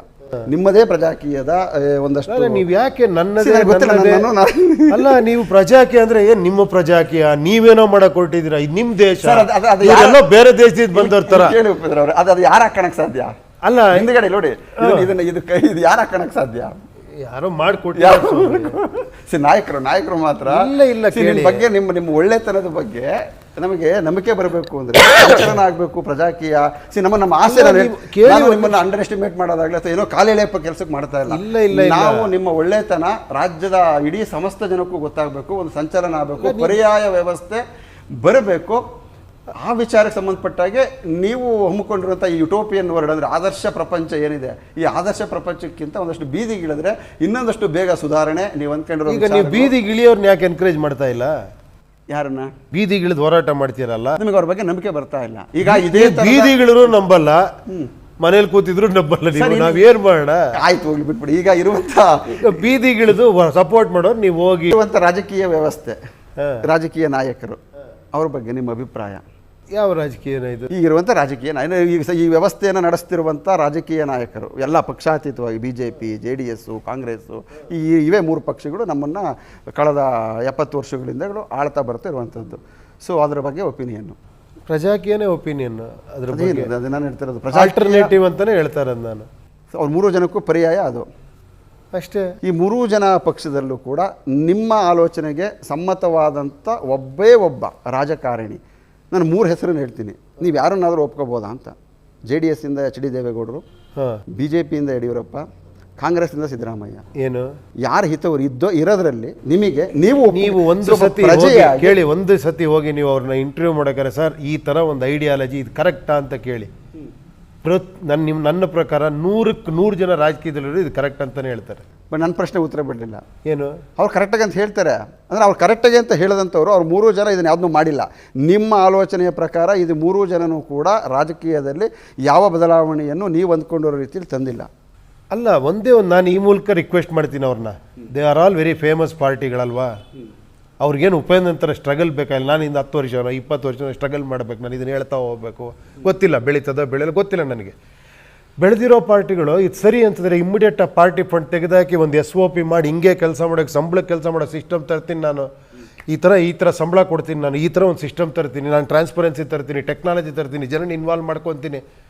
ಮಾಡ್ಬೋದಲ್ವಾ? ಮಾಡ್ಬೋದಾ? ಮಾಡೋಕ್ಕಾಗಲ್ವಾ? ಮಾಡ್ಬೋದು. ನೀವು ಜವಾಬ್ದಾರಿಯುತ ಪತ್ರಕರ್ತರಾಗಿ ನೀವು ಅವ್ರನ್ನ ಕೇಳಬೇಕು. ಸರ್, ನಾನು ನಿಮ್ಮಂಗೆ ಪ್ರಜೆ ಕೇಳಿ. ಆ ಪ್ರಜೆನೇ ಹೇಳಿದ್ರು, ನೀವು ಪ್ರಜೆಗಿನ್ನ ನೀವು ಪತ್ರಕರ್ತರು. Okay, you are from media. ನೀವು ಹೋಗಿ ಇಂಟರ್ವ್ಯೂ ಮಾಡ್ಬೋದು. ನನ್ನ ಹೆಂಗೆ ಇಂಟರ್ವ್ಯೂ ಮಾಡ್ತೀರೋ ನೀವು ಹೋಗಿ ಇಂಟರ್ವ್ಯೂ ಮಾಡ್ಬೋದು, ನೀವು ಕೇಳ್ಬೋದು. ನನ್ನ ಹಾಗೆ ನನಗಿಂತ ತುಂಬ 70 ವರ್ಷಗಳಿಂದನೂ ಕೂಡ ಇಂಥ ಅವರನ್ನು ಇಂಟ್ರೂ ಮಾಡಿದ್ದಾರೆ, ಸುಧಾರಣೆ ಮಾಡೋದಕ್ಕೆ ಏನು ಮಾಡಿದ್ದಾರೆ ಅಂತ ಕೇಳಿದ್ದಾರೆ. ಸುಧಾರಣೆ ಮಾಡಿ ಅಂತ ಪತ್ರಿಕೆಗಳಲ್ಲಿ ಭ್ರಷ್ಟ ಮುಖ್ಯಮಂತ್ರಿನೋ ಅಲ್ಲ, ಇದನ್ನ ಇವಾಗ ನೀವು ಕೇಳಿದ್ರಲ್ಲ, ಈಗ ನೀವು ಇದನ್ನ ಕೇಳ್ಬೋದಲ್ವಾ ಅಂತ ನಾನು ಹೇಳ್ತಿರೋದು. ಕೇಳ್ತಾನೆ ಇದ್ದೀವಿ. ಇವತ್ತು ಯಡಿಯೂರಪ್ಪನವ್ರು ಸಿಕ್ಕಿದ್ರು ಅದನ್ನೇ ಕೇಳೋದು, ಸಿದ್ದರಾಮಯ್ಯವ್ರು ಸಿಕ್ಕಿದ್ರು ಏನಂತ ನೀವು ನೀವು ಪ್ರಚಾರ ಮಾಡೋದು ಬಿಟ್ಬಿಡಿ ಅಂತ ಹೇಳ್ತೀರಾ? ಯಾವುದನ್ನ ಅಲ್ಲ, ಸುಧಾರಣೆ ಬಗ್ಗೆ ಮಾತನಾಡ್ತೀವಿ. ನಿಮ್ಮ ಆಡಳಿತಾವಧಿಯಲ್ಲಿ ವ್ಯಾಪಕವಾದಂಥ ಭ್ರಷ್ಟಾಚಾರ ಬಿಟ್ಟರೆ ಬೇರೇನೂ ಆಗಿಲ್ಲ, ನೆಪೋಟಿಸಮ್ ಬಿಟ್ಟರೆ ಬೇರೇನೂ ಆಗಿಲ್ಲ, ಮಕ್ಕಳು ಉದ್ಧಾರ ಆಗಿದ್ದು ಬಿಟ್ಟರೆ ಬೇರೇನೂ ಆಗಿಲ್ಲ. ಏನಂತಾರೆ ಎಲ್ಲ ಅದನ್ನ ಸಿದ್ದರಾಮಯ್ಯ ಇರಬೇಕಾದ್ರೂ ಕೇಳ್ತೀವಿ. ನಿಮ್ಮ ಮಗನ ಶಾಸಕರನ್ನ ಭ್ರಷ್ಟಾಚಾರ ತುಂಬಿ ತುಳುಕ್ತಾ ಇದೆ ಅಂತ ಕೇಳಿದ್ದೀರಾ? ಎಲ್ಲ ಅದನ್ನ ಹೇಳಿರೋದು ನಾನು. ಅದಕ್ಕೆ ಇದ್ದರಲ್ಲಿ 3 ಜನ, 3 ಜನರಲ್ಲಿ ಯಾರ ಹಿತವರು ನಿಮಗೆ ಅಂತ ಕೇಳ್ತಾ ಇದ್ದೀರಿ. ತಾವು ಒಬ್ಬರನ್ನ ಸೂಚಿಸಬಹುದು. 3 ಜನ ನೀವು ಕೇಳಿದ್ದೀರಾ? ನೀವೇ ಕ್ವಶನ್ ಕೇಳಿದ್ದೀರಾ? ಕೇಳಿದ್ದೆ, ಅದನ್ನ ಕೇಳ್ತಾನೆ ಬಂದಿದ್ದೀವಿ. ಕೇಳ್ತಾನೆ ಬಂದಿರ. ಏನ್ ಬದಲಾವಣೆ ಆಯ್ತು? ಉಪೇಂದ್ರ ಅವರ ಒಂದು ಕೇಳಿ. ಅಟ್ಲೀಸ್ಟ್ ನಾನು ಹೇಳ್ತಿರೋದಿದೆಯಲ್ಲ, ಈ ಪ್ರಜಾಕಿ ಇದು ಒಂದು 10 ಕರೆಕ್ಟ್ ಅನ್ಸಿರೋ ತಗೊಳ್ಳಿ, ಯಾರು ಬೇಕಾದ್ರೆ ಮಾಡ್ಲಿ, ಇದನ್ನ ತಗೊಳ್ಳಿ. ಈ 3 ಜನದಲ್ಲಿ ಯಾರಿಗಿದೆ ತಗೊಳ್ಳೋಂಥ ಕ್ಯಾರೆಕ್ಟರ್? ನಾಳೆ ಯಾರು ಬೇಕಾದ್ರೆ ತಗೊಬೋದು. ಕೇಳಿ. ನನಗೆ ಅನ್ನಿಸ್ದ, ನಾವು ಮ್ಯಾನಿಫೆಸ್ಟೋಗಳೇನೋ ಮಾಡಿದ್ವಿ. ಮೊನ್ನೆ ಯಾವುದೋ ಒಂದು ಪಕ್ಷದಲ್ಲಿ, ಯಾವ ಪಕ್ಷ ಅಂತ ಗೊತ್ತಿಲ್ಲ, ಜನರನ್ನು ಕೇಳಿ ಪ್ರಣಾಳಿಕೆ ಮಾಡ್ತೀವಿ ಅಂತ ಹೇಳಿದ್ರು. ಜನಾಭಿಪ್ರಾಯ ತಗೊಂಡು ಪ್ರಣಾಳಿಕೆ ಮಾಡ್ತೀವಿ ನಮ್ದು ಅಂದ್ರು. ಒಳ್ಳೆ ಬದಲಾವಣೆ ಅದು. ಕರೆಕ್ಟ್ ಅಲ್ವಾ? ಇದು ಉಪೇಂದ್ರ ಅವರು ಒಬ್ಬರೇ ಜನರ ಅಭಿಪ್ರಾಯದಲ್ಲೇ ಪ್ರಣಾಳಿಕೆ ರೂಪಿಸ್ತೀವಿ ಅಂತೇಳಿ ಉಪೇಂದ್ರ ಅವರು ಕೊಟ್ಟಿರುವಂಥ ಕಾನ್ಸೆಪ್ಟ್ ಅಲ್ಲ ಇದು. ಕಾಂಗ್ರೆಸ್ನವರು ಅದನ್ನೇ ಹೇಳ್ತಾರೆ ಪ್ರತಿ ಹಂತದಲ್ಲೂ, BJPಯವರು ಕೂಡ ಅದನ್ನೇ ಹೇಳಿದಿರೋದು, JDSನವರು ಕೂಡ ಅದನ್ನೇ ಹೇಳಿರುವಂಥದ್ದು. ಅಂದರೆ ಇಲ್ಲಿ ಆಳಿರುವಂಥ ಎಲ್ಲ ಪಕ್ಷದವರು ಕೂಡ ನಾವು ಜನರ ಅಭಿಪ್ರಾಯವನ್ನು ಸಂಗ್ರಹಿಸಿ ನಾವು ಪ್ರಣಾಳಿಕೆಯನ್ನು ರಚನೆ ಮಾಡಿದ್ದೀವಿ ಅಂತಲೇ ಹೇಳ್ತಾ ಬರ್ತಾ ಇರುವಂಥ. ಓಕೆ, ಆ ಪ್ರಣಾಳಿಕೆ ಪ್ರಾಪರಾಗಿ ತರೋದಕ್ಕೆ ಏನು ಮಾಡ್ತಾರೆ?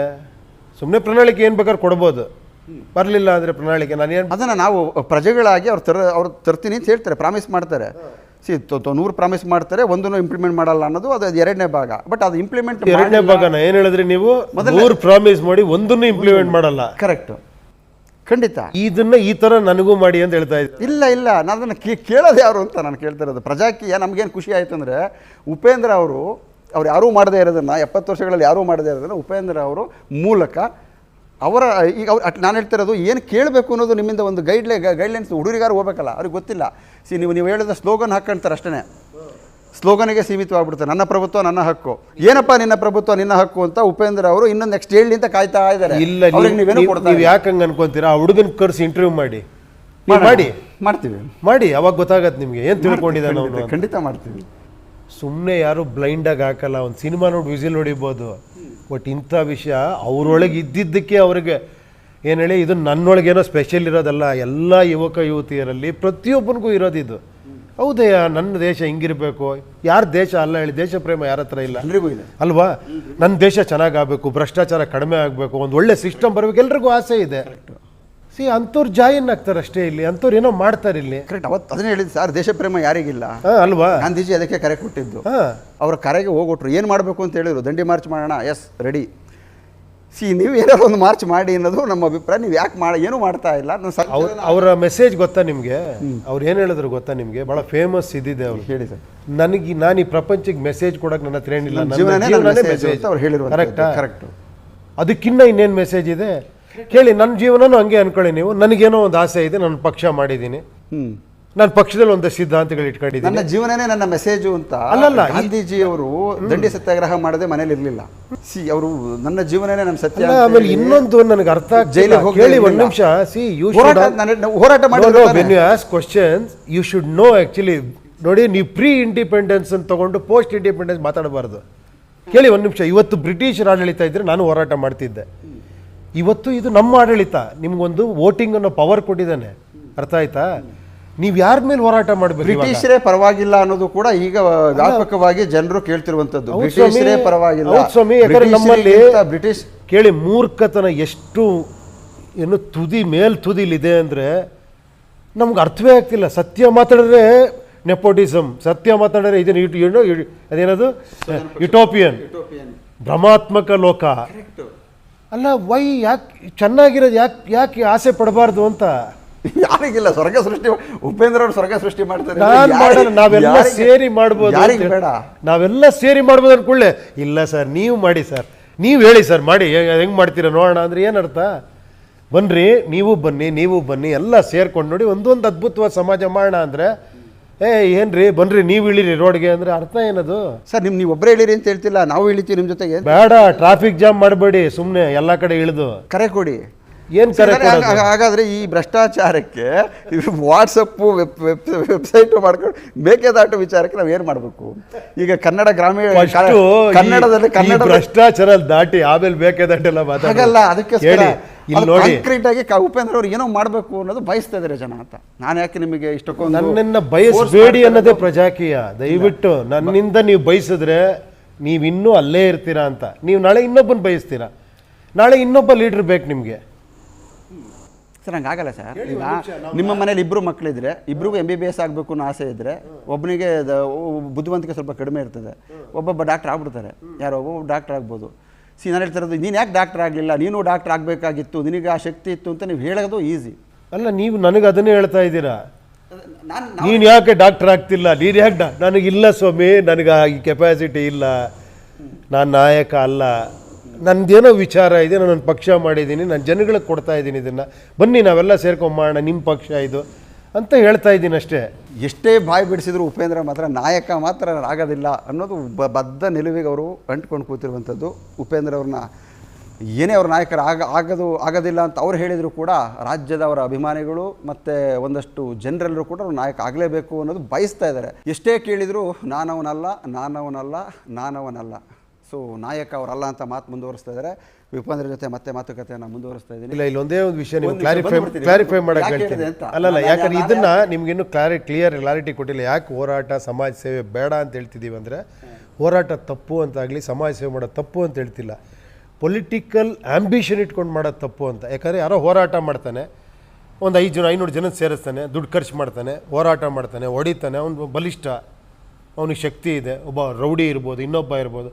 ನೆಕ್ಸ್ಟ್ ಸರ್ ನಾನು ನೋಡಿ ಸರ್ ಇದೆಲ್ಲ ಮಾಡಿದ್ದೀನಿ, ನನಗೆ ಓಟ್ ಹಾಕಿ ಅಂತಾನೆ. ಜನ ಒಬ್ಬ ನಾಯಕ ಬಂದಪ್ಪ ಇವನು, ಸಮಾಜ ಸೇವೆ, ನಾನು ದುಡ್ಡು 1 ಕೋಟಿ ಖರ್ಚು ಮಾಡ್ತೀನಿ, ಎಲ್ಲರಿಗೂ ದುಡ್ಡು ಹಂಚ್ತೀನಿ, ನಾನು ನೆಕ್ಸ್ಟ್ ಎಲೆಕ್ಷನ್ ಗೆಲ್ತೀನಿ. ಅದು ಚರಿತ್ರೆ. ಈ ಭೂಮಿ ಹುಟ್ಟಿದಾಗಿಂದ ಕರೆಕ್ಟ್ ಅಲ್ವಾ, ಮಾನವ ಜನ್ಮ ಅಂತ ಬಂದಾಗಿಂದ ಏನು ನಾಗರಿಕತೆ ಬೆಳೆದಾಗಿಂದ ಇದು ಇವತ್ತಿಂದಲ್ಲ, ಇದು ಅವ್ಯಾವತ್ತವಾಗಿ ಆ ಕಾಲದಿಂದ ನಡ್ಕೊಂಡ್ಬಂದಿರುವಂಥ ಬೆಳವಣಿಗೆ ಇದು. ಅಂದರೆ ಎಲ್ಲೋ ಒಂದು ಕಡೆ ಅನ್ಯಾಯ ನಡೀತಿರ್ತದೆ, ಅಲ್ಲಿ ನೀವು ತೆಗೆದಂಥ ಅಷ್ಟು ಸಿನಿಮಾಗಳಲ್ಲೂ ಕೂಡ ಒಬ್ಬ ನಾಯಕ ಇರ್ತಾನೆ, ಒಂದು ವಿಲನ್ ಇರ್ತದೆ, ಒಂದು ವ್ಯವಸ್ಥೆ ಇರ್ತದೆ, ಒಂದು ದುಷ್ಟ ವ್ಯವಸ್ಥೆ ಇರ್ತದೆ, ಒಂದು ಭ್ರಷ್ಟ ವ್ಯವಸ್ಥೆ ಇರ್ತದೆ, ಒಂದು ಒಳ್ಳೆ ವ್ಯವಸ್ಥೆನೂ ಕೂಡ ಇರ್ತದೆ. ಎಲ್ಲ ಕರೆಕ್ಟ್ ಆಗಿದೆ ಹಂಗಾರೆ ನಿಮಗೆ? ಯಾವುದಕ್ಕೆ? ಇವಾಗ ಇರೋದೆಲ್ಲ ಕರೆಕ್ಟ್ ಆಗಿದೆ. ಅಲ್ಲ, ಆ ಒಳ್ಳೆ ವ್ಯವಸ್ಥೆನ ನಾಯಕ ಬಂದು ಸರಿ ಮಾಡೋ ಪ್ರಯತ್ನ ಮಾಡ್ತಾ ಇರ್ತಾರೆ. ಅದು ತಾರ್ಕಿಕ ಅಂತ್ಯ ಟ್ರಾಜಿಡಿ ಎಂಡ್ ಆಗ್ಬೋದು, ನಾಯಕನೇ ಸತ್ತೋಗ್ಬೋದು, ಅಥವಾ ಎಲ್ಲ ಸರಿ ಮಾಡಿ ನಾಯಕ ನಿಮ್ಮದೇ ಒಂದು ಸಿನಿಮಾ ಇದೆ ಆ ವಿಚಾರಕ್ಕೆ ಸಂಬಂಧಪಟ್ಟಾಗೆ. ಇಡೀ ಯಾರೋ ಫಾರಿನರ್ನ ಕರ್ಕೊಂಬಂದು ನಮ್ಮ ಗುಲಾಮರಾಗಿ ಮಾಡಿದಂಥ ಸಿನಿಮಾ ಇದೆ. ಅದು ನಿಮಗೆ ಅದು ಭ್ರಮೆನಾ ನಿಮ್ಮ ಪ್ರಕಾರ ಆ ಸಿನಿಮಾ? ಅಲ್ಲ, ಈಗ ಇಂಟರ್ವ್ಯೂ ಉದ್ದೇಶ ಏನು? ಇವಾಗ ಇಲ್ಲಿಗೆ ಸಾಕಲ್ವ? ಮಾಡ್ಬಿಡ್ಬೇಕು ಹೇಳಿ, ಎಲ್ಲ ಕರೆಕ್ಟಾಗಿ ನಡೀತಾ ಇದೆ ಹೇಳಿ. ಒಬ್ಬ ನಾಯಕ ಇದ್ದಾನೆ, ಒಬ್ಬ ಹೋರಾಟಗಾರ ಇದ್ದಾನೆ, ಒಬ್ಬ ಸಮಾಜ ಸೇವೆ ಮಾಡ್ತಾನೆ, ಎಲ್ಲ ಕರೆಕ್ಟಾಗಿ. ಉಪೇಂದ್ರ ಒಂದೇನೋ ಮಾಡ್ತಾ ಇದ್ದಾನೆ, ನಾಯಕರಾಗಿ ಬಂದೇನೋ ಮಾಡ್ತಾನೆ. ನಾಯಕರಾಗಲ್ಲ, ನಾನು ನಾಯಕ ಅನ್ನೋ ಕಲ್ಪನೆ ಹೋಗ್ಬೇಕು. ನಾಯಕ ಇಲ್ದಿರೋ ಸಮಾಜ ಕ್ರಿಯೇಟ್ ಆಗ್ಬೇಕನ್ನೋದೇ ನಿಮ್ಮ ಫಿಲಮಲ್ಲಿ ಅದನ್ನ ಹೇಳಿದ್ದು. ನಾನವನಲ್ಲ ಅಂತ ಹೇಳ್ತಾನೆ. ಜನರಿಗೂ ಗೊತ್ತು ಅದು ನೀವೇ ಅಂತ, ನಿಮಗೂ ಗೊತ್ತು ಅದು ನಾನೇ ಅಂತ. ಅಲ್ಲ, ನೀವು ಹಂಗೆ ಯೋಚನೆ ಮಾಡಬಹುದು. ನಾನವನಲ್ಲ ಅಂತ ನೀವು ಯಾವುದೋ ಒಂದು ಸಿನಿಮಾ ಜನಕ್ಕೂ ಗೊತ್ತಾಗ್ತಾ ಇದ್ದು, ಹೇಳಿ ನಾನು ನೀವೇ ಅಂತ, ನಿಮಗೂ ಗೊತ್ತು ನಾನವನಲ್ಲ. ನಾನು ರೆಡ್ದೊಂದು ಇದಾಕೊಂಡು ಹಿಂಗೆ ನೋಡ್ರೆ ನೀವು ರೆಡ್ ಆಗಿ ಕಾಣಿಸ್ತೀರಾ, ಎಲ್ಲೋದೊಂದು ಇದು ಪೇಂಟ್ ಹೊಡ್ಕೊಂಡು ಹಿಂಗೆ ಗ್ಲಾಸಲ್ಲಿ ನೋಡ್ರೆ ನೀವೆಲ್ಲೋ ನಿಮ್ಮ ಮನಸ್ಥಿತಿ ಅದು. ನಿಮ್ಗೆ ಅನ್ಸ್ಬೋದು ಇವನು ಕಿಲಾಡಿ, ಇವನು ನಾಯಕನೇ ಅಲ್ಲ ಅನ್ಕೊಂಡು ನಾಯಕ. ಒಂದು ಕ್ಯೂರಿಯಾಸಿಟಿ ಕೇಳ್ತಿರುವಂಥದ್ದು, ನೀವು ಪ್ರಜಾಕೀಯ ಪಕ್ಷ ಮಾಡಿದ ನಂತರದಲ್ಲಿ ನಿಮ್ಮನ್ನು ಇಂಟ್ರ್ಯೂ ಮಾಡಿದಂಥವ್ರು ಎಲ್ಲರೂ ಕೂಡ ಇದೇ ಧಾಟಿಯಲ್ಲಿ ಒಂದೊಂದು ಎಷ್ಟು ಜನ ಮಾಡಿರಬಹುದು, ಎಲ್ಲರ ಪ್ರಶ್ನೆಯೂ ಕೂಡ ಇದೇ ಧಾಟಿಯಲ್ಲಿತ್ತ ಅನ್ನೋದು ನಾನು ನಿಮ್ಮನ್ನು ಕೇಳ್ತಾ ಇರುವಂಥದ್ದು. ಅಂದರೆ ನಾನು ಏನೀಗ ನಿಮ್ಮನ್ನು ಪ್ರಶ್ನೆ ಇದೇ ಧಾಟಿಯಲ್ಲಿದೆಯಾ, ನಾವೇ ಮೂರ್ಖರ ಅಥವಾ ನಾವೇ ತಪ್ಪ, ಅಥವಾ ನಾವು ನಿಮ್ಮನ್ನು ಕೇಳ್ತಿರುವಂಥ ರೀತಿ ಸರಿ ಇಲ್ವಾ? ಅಲ್ಲ, ಅದು ಜನ ಡಿಸೈಡ್ ಮಾಡ್ತಾರೆ, ನೋಡ್ತಿರೋ. ಕರೆಕ್ಟ್, ಓಕೆನಾ? ನಾಳೆ ಕಾಮೆಂಟ್ಗಳು ನೋಡಿ, ಈ ಇಂಟರ್ವ್ಯೂ ಬಂದ್ಮೇಲೆ ನಿಮ್ಮ ಅಭಿಮಾನಿಗಳು ನನ್ನ ಮೇಲೆ ಹಾಕಂತ ಅಭಿಮಾನಿಗಳು, ಓಕೆ, ನಿಮ್ಮ ಅಭಿಮಾನಿಗಳು ನಮ್ಮ ಮೇಲೆ ಬರ್ಬೋದು. ಇವನೇನೋ ರಾಜಕೀಯ ಅಭಿಮಾನಿಗಳು ಹೇಳ್ಬೋದು, ಇವ್ನು ಏನೋ ಬಾಯಿಗೆ ಬಂದ ಮಾತಾಡ್ತೀವಿ, ಎಲ್ಲ ಪ್ರಾಕ್ಟಿಕಲ್ ಅಲ್ಲ. ರಾಜಕೀಯ ಅಭಿಮಾನಿಗಳು ಏನು ಹೇಳ್ತಾರೋ ಗೊತ್ತಿಲ್ಲ, ಪ್ರಜಾಕೀಯ ಅಭಿಮಾನಿಗಳು ಅಂತೂ ಬೈತಾರೆ. ಈಗ ರಾಜಕೀಯ ಅಭಿಮಾನಿಗಳು ಏನೋ ಪತ್ರಿಕೆ ಎಲ್ಲರೂ ಹಿಂಗೆ ಸೇರ್ಕೊಂಡ್ಬಿಟ್ಟವ್ರಲ್ಲ, ಎಲ್ಲರೊಳಗೂ ಕೂಡಿ ಬಾಳಿದ್ರೆ ಸ್ವರ್ಗ ಸುಖ ಅನ್ನೋ ಲೆಕ್ಕಾಚಾರಕ್ಕೆ. ಪಾಲಿಟಿಕ್ಸ್ ಬಿಸ್ನೆಸ್ ಆದಾಗ ಜೊತೆಲಿರೋ ಹೆಲ್ತು, ಎಜುಕೇಷನ್ನು ಎಲ್ಲ ಬಿಸ್ನೆಸ್ ಆಗುತ್ತೆ, ಮೀಡಿಯಾನು ಬಿಸ್ನೆಸ್ ಆಗುತ್ತೆ. ಆಗಿರೋದು ಅದೇ. ಇವಾಗ ಕಾಂಕ್ರೀಟಾಗಿ ನಿಮ್ಮ ಇಷ್ಟು ಸುಮಾರು ಎಷ್ಟು ವರ್ಷ ಆಯ್ತು ತಾವು ಅಂದರೆ ಸ್ಥಾಪನೆಯಾಗಿ? 4 ವರ್ಷ ಆಯ್ತು. 4 ವರ್ಷದಲ್ಲಿ ಒಂದು ಕಾಂಕ್ರೀಟಾಗಿ ಯಾಕೆ ನಾನು ಕೇಳ್ತೀನಿ ಸಂಚಲನ ಆಗ್ತಾ ಇಲ್ಲ ಅಥವಾ ಇನ್ನೂ ನಮಗೆ ಪರ್ಸೆಪ್ಷನ್ ಅಂದರೆ ದೊಡ್ಡ ಕರ್ನಾಟಕದ ಒಂದು ಅದ್ಭುತವಾದಂಥ ಸ್ಟಾರ್, ಎಲ್ರಿಗೂ ಮನೆಮಾತಾಗಿರುವಂಥ ಸ್ಟಾರ್ ರಾಜಕೀಯವಾಗಿ ಒಂದು ಫೇಲ್ ಆಗಬಾರ್ದು ಅಂತ ನಿಮ್ಮ ಒಳ್ಳೆ ಯಾವ ವಿಚಾರಗಳು, ಒಳ್ಳೆ ಉದ್ದೇಶಗಳು ಇಲ್ಲ, ರಾಜಕೀಯವಾಗಿ ಫೇಲ್ ಆಗ್ಬೇಕು ನಾನು, ಪರ್ಯಾಯವಾಗಿ ಏನು ರಾಜಕೀಯವಾಗಿ ಫೇಲ್ ಆಗ್ಬೇಕು ನಾನು, ಹಾಂ ಪ್ರಜಾಕೀಯವಾಗಿ ಸಕ್ಸಸ್ ಆಗಬೇಕು.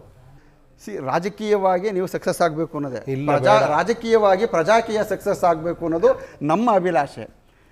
ನೀವು ಪ್ರಜಾಕೀಯ ರಾಜಕೀಯಕ್ಕೂ ಅದು ವಿರುದ್ಧ ಪದಗಳಲ್ಲ, ಅದು ವಿರುದ್ಧ ಪದ ಅಲ್ಲ, ಪೂರ್ಣ ವಿರುದ್ಧ ಪದ, ವಿರುದ್ಧ ಪದ ಅಲ್ವೇ ಅಲ್ಲ. ರಾಜಕೀಯದಲ್ಲಿ ಪ್ರಜಾಕೀಯ ಮೇಲುಗೈ ಸಾಧಿಸಬೇಕು ಅಂತಂದರೆ ಅದು ಪೂರಕವಾದಂಥ ಮಾತು. ನೀವು ರಾಜಕೀಯ ನಾನು ಪ್ರಜಾಕೀಯ ಬೇರೆ ರಾಜಕೀಯ ಬೇರೆ ಅಂತಂದರೆ ಈಗ ವರ್ಸಸ್ ಅಲ್ಲ, ಅದು ಹೆಂಗಲ್ಲ. ಅಲ್ಲಿ ಏನಿರೋದು ಇಲ್ಲಿಲ್ಲ ಅಲ್ವಾ? ಎಲ್ಲಿರೋದು ರಾಜಕೀಯದಲ್ಲಿರೋದು ಯಾವುದನ್ನು ಇಲ್ಲಿ ಇಟ್ಟಿಲ್ಲ ನಾವು. ಕೇಳಿ, ರಾಜಕೀಯ ವ್ಯವಸ್ಥೆ ಏನು ಅಂದರೆ ನೋಡಿ, ಅದು ಪ್ರಜಾಪ್ರಭುತ್ವನೇ. ಪ್ರಜೆಗಳಲ್ಲಿ ಒಂದಷ್ಟು ಜನ ಬಂದು ರಾಜರಾಗ್ತಾರೆ, ಅದು ರಾಜಕೀಯ ವ್ಯವಸ್ಥೆ.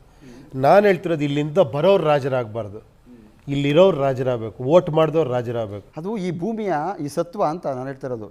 ಇದು ನಾವು ನೀವು ಮಾಡ್ತಿರುವಂಥಲ್ಲ, ಹಿಂದೆ ಅನಾದಿ ಕಾಲದಿಂದನೂ ಕೂಡ ರಾಜನ ಮಗ ರಾಜ ಆಗುವಂಥದ್ದು ಮತ್ತು ರಾಜನ ಮಗ ಮೊಮ್ಮಗ ರಾಜ ಆಗುವಂಥದ್ದು, ಇದು ನಮ್ಮನ್ನು ಆಳಿರುವಂಥ ಪ್ರಕ್ರಿಯೆನೂ ಕೂಡ ಹಾಗೇನೆ. ಎಲ್ಲೋ ಅಪರೂಪಕ್ಕೆ ಯಾರೋ ಒಬ್ಬ ಪಾಳ್ಯಗಾರನೋ ಇನ್ನೊಬ್ಬ ಯಾರೋ ಶಕ್ತಿವಂತನೋ ಏನೋ ರಾಜ ಆಗಿರೋ ಸಾಧ್ಯ ಉದಾಹರಣೆಗಳೇ ಈ ದೇಶದ ತುಂಬ, ಈ ಚರಿತ್ರೆಯ ತುಂಬ ಇರುವುದು. ಬಿಟ್ಟರೆ ಯಾರಾದರೂ ಶ್ರೀಕಂಠದತ್ತ ಒಡೆಯರನ್ನು ತಗೊಂಡ್ರು ಕೂಡ, ನೀವು ಯಾರನ್ನು ತಗೊಂಡ್ರು ಕೂಡ, ಅಕ್ಬರ್ ತಗೊಂಡ್ರು ಕೂಡ, ಬಾಬರ್ ತಗೊಂಡ್ರು ಕೂಡ ಎಲ್ಲ ವಂಶವಾಹಿನಿಯ ರೂಪದಲ್ಲೇ ಬಂದಿರುವಂಥ. ಮತ್ತೆ ಪ್ರಜಾಪ್ರಭುತ್ವ ವ್ಯವಸ್ಥೆ ಬಂತಲ್ವಾ? ಎಲ್ಲಿಗೆ? ರಾಜರ ಆಳ್ವಿಕೆ ಎಲ್ಲ ಹೋಗಿ ವೋಟಿಂಗ್ ಸಿಸ್ಟಮು, ಸಂವಿಧಾನ, ಪ್ರಜಾಪ್ರಭುತ್ವ ವ್ಯವಸ್ಥೆ ಎಲ್ಲ ಬಂತಲ್ವಾ? ಬಂದಿದೆಯಲ್ಲ, ಒಂದು ಬದಲಾವಣೆ ತಾನೇ, ಅದು ಬದಲಾವಣೆ ಆಗಿದೆ. ಇದ್ರ ನೆಕ್ಸ್ಟ್ ಇನ್ನೊಂದು ಬದಲಾವಣೆ ಆಗತ್ತೆ. ಏನದು ಬದಲಾವಣೆ? ಅದೇ ಪ್ರಜಾಕೀಯ, ನಿಜವಾದ ಪ್ರಜಾಪ್ರಭುತ್ವ. ಏನದು? ನಾಯಕ ಇಲ್ದಿರೋಂಥ ಪ್ರಜಾಪ್ರಭುತ್ವ, ಸಂವಿಧಾನನೇ ನಾಯಕ, ವಿಚಾರಗಳೇ ನಾಯಕ ಅಂತ ಒಂದು ಸ್ಥಿತಿ ಟೆಕ್ನಾಲಜಿಯಿಂದ, ಪ್ರಾಪರ್ SOPಗಳಿಂದ ಬರುತ್ತೆ. ಅಲ್ಲಿ ಮುಖ್ಯಮಂತ್ರಿ ಆದಂಥವರು ವಿಚಾರ ಅಷ್ಟೇ.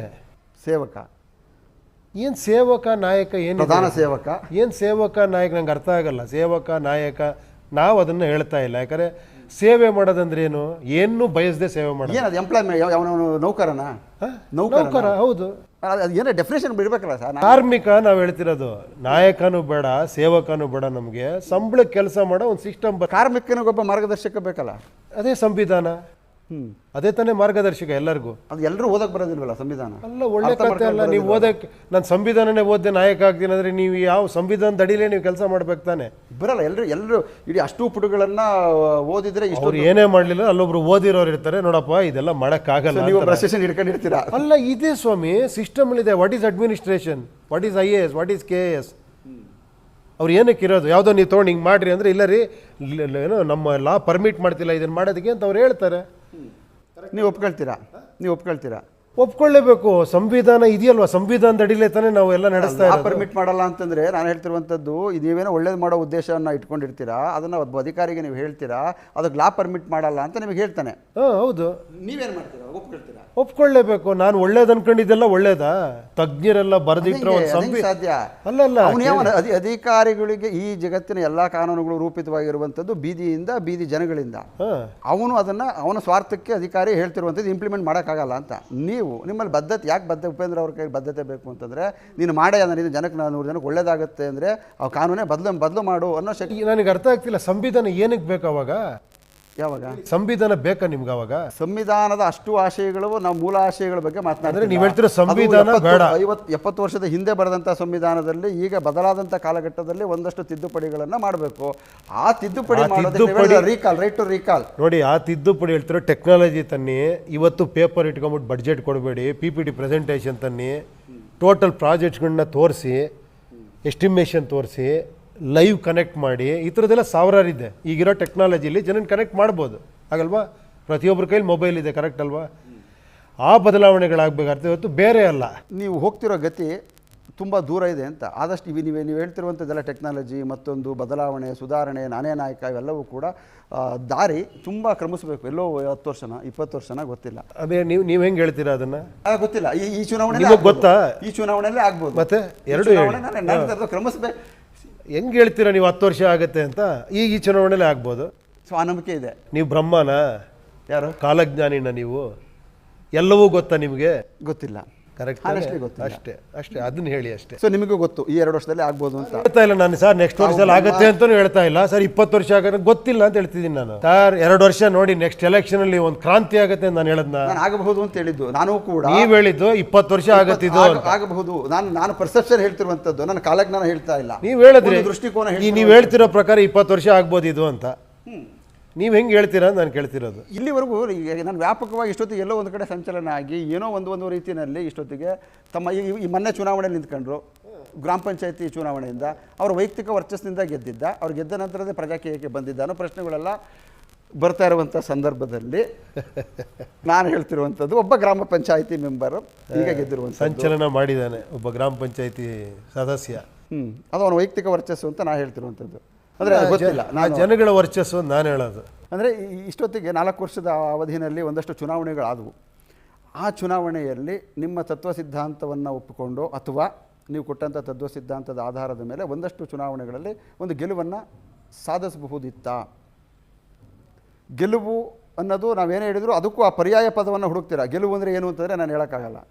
ಈಗ ಒಬ್ಬ ನಾಯಕ ಆಗೋದಾದ್ರೆ ಶಾಸಕ ಅಂತಂದರೆ ನಾಯಕ ಅಂತ, ನಮ್ಮನ್ನು ಆಳುವಂಥ ವ್ಯಕ್ತಿ, ಆಯ್ಕೆ ಮಾಡೋದು, ಸೇವಕ ಅಂತ, ಆಯ್ಕೆ ಮಾಡೋದು, ನಮ್ಮ ನೌಕರ ಅಂತ ಎಲೆಕ್ಟ್ ಮಾಡೋದು, ನಾಯಕನ್ ಮಾಡೋದಲ್ಲ. ಆಯ್ತು, ನಮ್ಮ ನೌಕರ, ನಮ್ಮ ಸೇವೆ ಮಾಡೋದಕ್ಕೆ ಯಾವನೊಬ್ಬ ನಾವೇ ಆರಿಸುವಂಥ ಪ್ರಕ್ರಿಯೆ. ಹೌದು.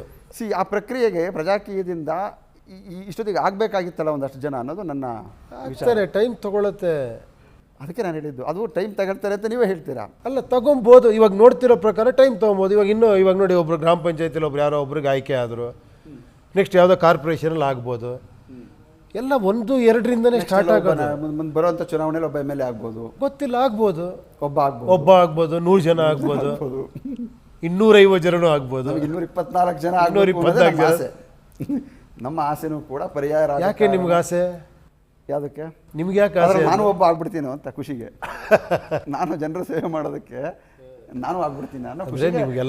ನಿಮ್ಗೆಲ್ಲರಿಗೂ ಅನ್ನಿಸ್ತಿದೆ ಇದು ಕರೆಕ್ಟ್ ಅಂತ. ಕರೆಕ್ಟ್ ಅಲ್ವಾ? ಕರೆಕ್ಟ್, ಇದು ಕರೆಕ್ಟ್.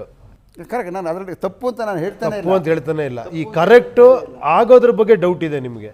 ಕರೆಕ್ಟ್ ಆಗೋದ್ರ ಬಗ್ಗೆ ಅನುಮಾನ 100% ಇದೆ. ಅದಕ್ಕೆ ಉಪೇಂದ್ರ ಅವರು ಇನ್ನೊಂದಷ್ಟು, ಈಗ ನನ್ನ ಒಪಿನಿಯನ್ ಹೇಳೋದ್ರಲ್ಲಿ ತಪ್ಪಿಲ್ಲ. ಕರೆಕ್ಟ್, ಹೌದು. ನಿಮ್ಮ ಒಳಗಡೆ ಯಾಕೆ ಅನುಮಾನ ಇದೆ ಅನ್ನೋದು ಕರೆಕ್ಟಾಗಿ ಹೇಳಬೇಕು. ಅನುಮಾನ ಯಾಕಿದೆ ಅಂತಂದ್ರೆ, ನಿಮ್ಮ ಬಗ್ಗೆ ನಿಮ್ಗೆ ಅನುಮಾನ ಇದೆಯಾ? ಜನರ ಬಗ್ಗೆ ಅನುಮಾನ ಇದೆಯಾ? ನನ್ನ ಬಗ್ಗೆನೂ ಅನುಮಾನ, ಜನರ ಬಗ್ಗೆ ಅದು ಚೇಂಜ್ ಒಂದೇ ಅಲ್ಲ, ನಿಮ್ಮ ಬಗ್ಗೆನೂ ಅನುಮಾನ. ಓಕೆ, ನನ್ನ ಬಗ್ಗೆ ಹೇಳಿ, ಬೇರೆಯವ್ರ ಬಗ್ಗೆ ನಿಮ್ಮ ಬಗ್ಗೆ ಹೇಳಿ. ನಾನು 3 ಜನರು ಹೇಳಿ, ಬಹಳ ಡೇಂಜರಸ್. ನನ್ನ ಬಗ್ಗೆ ನೀವು ಅನುಮಾನ ಪಡಿ ತಪ್ಪೇ ಅಲ್ಲ, ಜನರ ಬಗ್ಗೆ ಅನುಮಾನ ಪಡಿ ತಪ್ಪೇ ಅಲ್ಲ, ನಿಮ್ಮ ಬಗ್ಗೆ ನೀವು ಅನುಮಾನ ಪಡೋದಿಲ್ಲ, ದೊಡ್ಡ ತಪ್ಪದು. ನನ್ನ ಬಗ್ಗೆ ಅನುಮಾನ ಏನಿಲ್ಲ. ಅನುಮಾನ ಯಾಕೆ ಅಂತಂದ್ರೆ, ನನಗೆ ಉಪೇಂದ್ರ ಅವ್ರ ಬಗ್ಗೆ ನಾನು ನಂಬಿಕೆ ಇಡದೆ ಆ ಅನುಮಾನದ ಬಗ್ಗೆ ಬೇಡ, ನಿಮ್ಮ ಬಗ್ಗೆ ನೀವು ನಂಬಿಕೆ ನನ್ನ ಬಗ್ಗೆ ನನಗೆ ನಂಬಿಕೆ ಮುಗಿದೋಯ್ತು ಅಷ್ಟೇ. ಹೇಳಿದ್ರು ಕೂಡ ನನ್ನ ಅನುಮಾನ ಏನಾದ್ರು ಉಪೇಂದ್ರ ಅವ್ರ ಬಗ್ಗೆ, ನನ್ನ ಬಗ್ಗೆ ಬಿಟ್ಬಿಡಿ. ನಾನು ಅದಕ್ಕೆ ಹೇಳ್ತೇನೆ, I am not there. Prajakeeya is your party. Okay, ನಾನು ನಿಮ್ಮ ತರನೇ ಒಬ್ಬ. ನಮ್ಮ ಪಾರ್ಟಿಯ ಕೇಂದ್ರ ಬಿಂದು ಯಾರು ಅಂತಂದ್ರೆ ಕೇಂದ್ರ ಬಿಂದು ವಿಚಾರ. ಆ ವಿಚಾರವನ್ನು ಕೊಟ್ಟಂತವ್ರು ಉಪೇಂದ್ರ. ಏನ್ ಮಾಡ್ಲಿ, ಭಗವದ್ಗೀತೆ ಓದ್ರಿ ಅದಿಲ್ಲ, ಕೃಷ್ಣನ್ ಫೋಟೋ ಇಟ್ಕೊಂಡು ಪೂಜೆ ಮಾಡ್ತೀನಿ. ಕೃಷ್ಣನೇ ನಾಯಕ ಅಲ್ಲ. ಅರ್ಜುನನಿಗೆ ಯುದ್ಧ ಮಾಡುವಂತ ಮನಸ್ಥಿತಿ ವಿಚಾರವನ್ನ ತುಂಬಿದ್ದು ಕೂಡ ಕೃಷ್ಣ. ಅರ್ಜುನನಿಗೆ ಸ್ವಯಂ ಪ್ರೇರಿತವಾಗಿ ಯಾವುದು ಬಂದಿದ್ದಲ್ಲ. ಇಲ್ಲೂ ಕೂಡ ಅಂಥದ್ದೊಂದು ಕೃಷ್ಣನ ಏನು ಜವಾಬ್ದಾರಿಯನ್ನ ಉಪೇಂದ್ರ ಅವರು ವಹಿಸಿ ರಾಜ್ಯದ ಚುಕ್ಕಾಣಿಯನ್ನ ನೀವು ಮೇಲಿರೋ ಕೃಷ್ಣ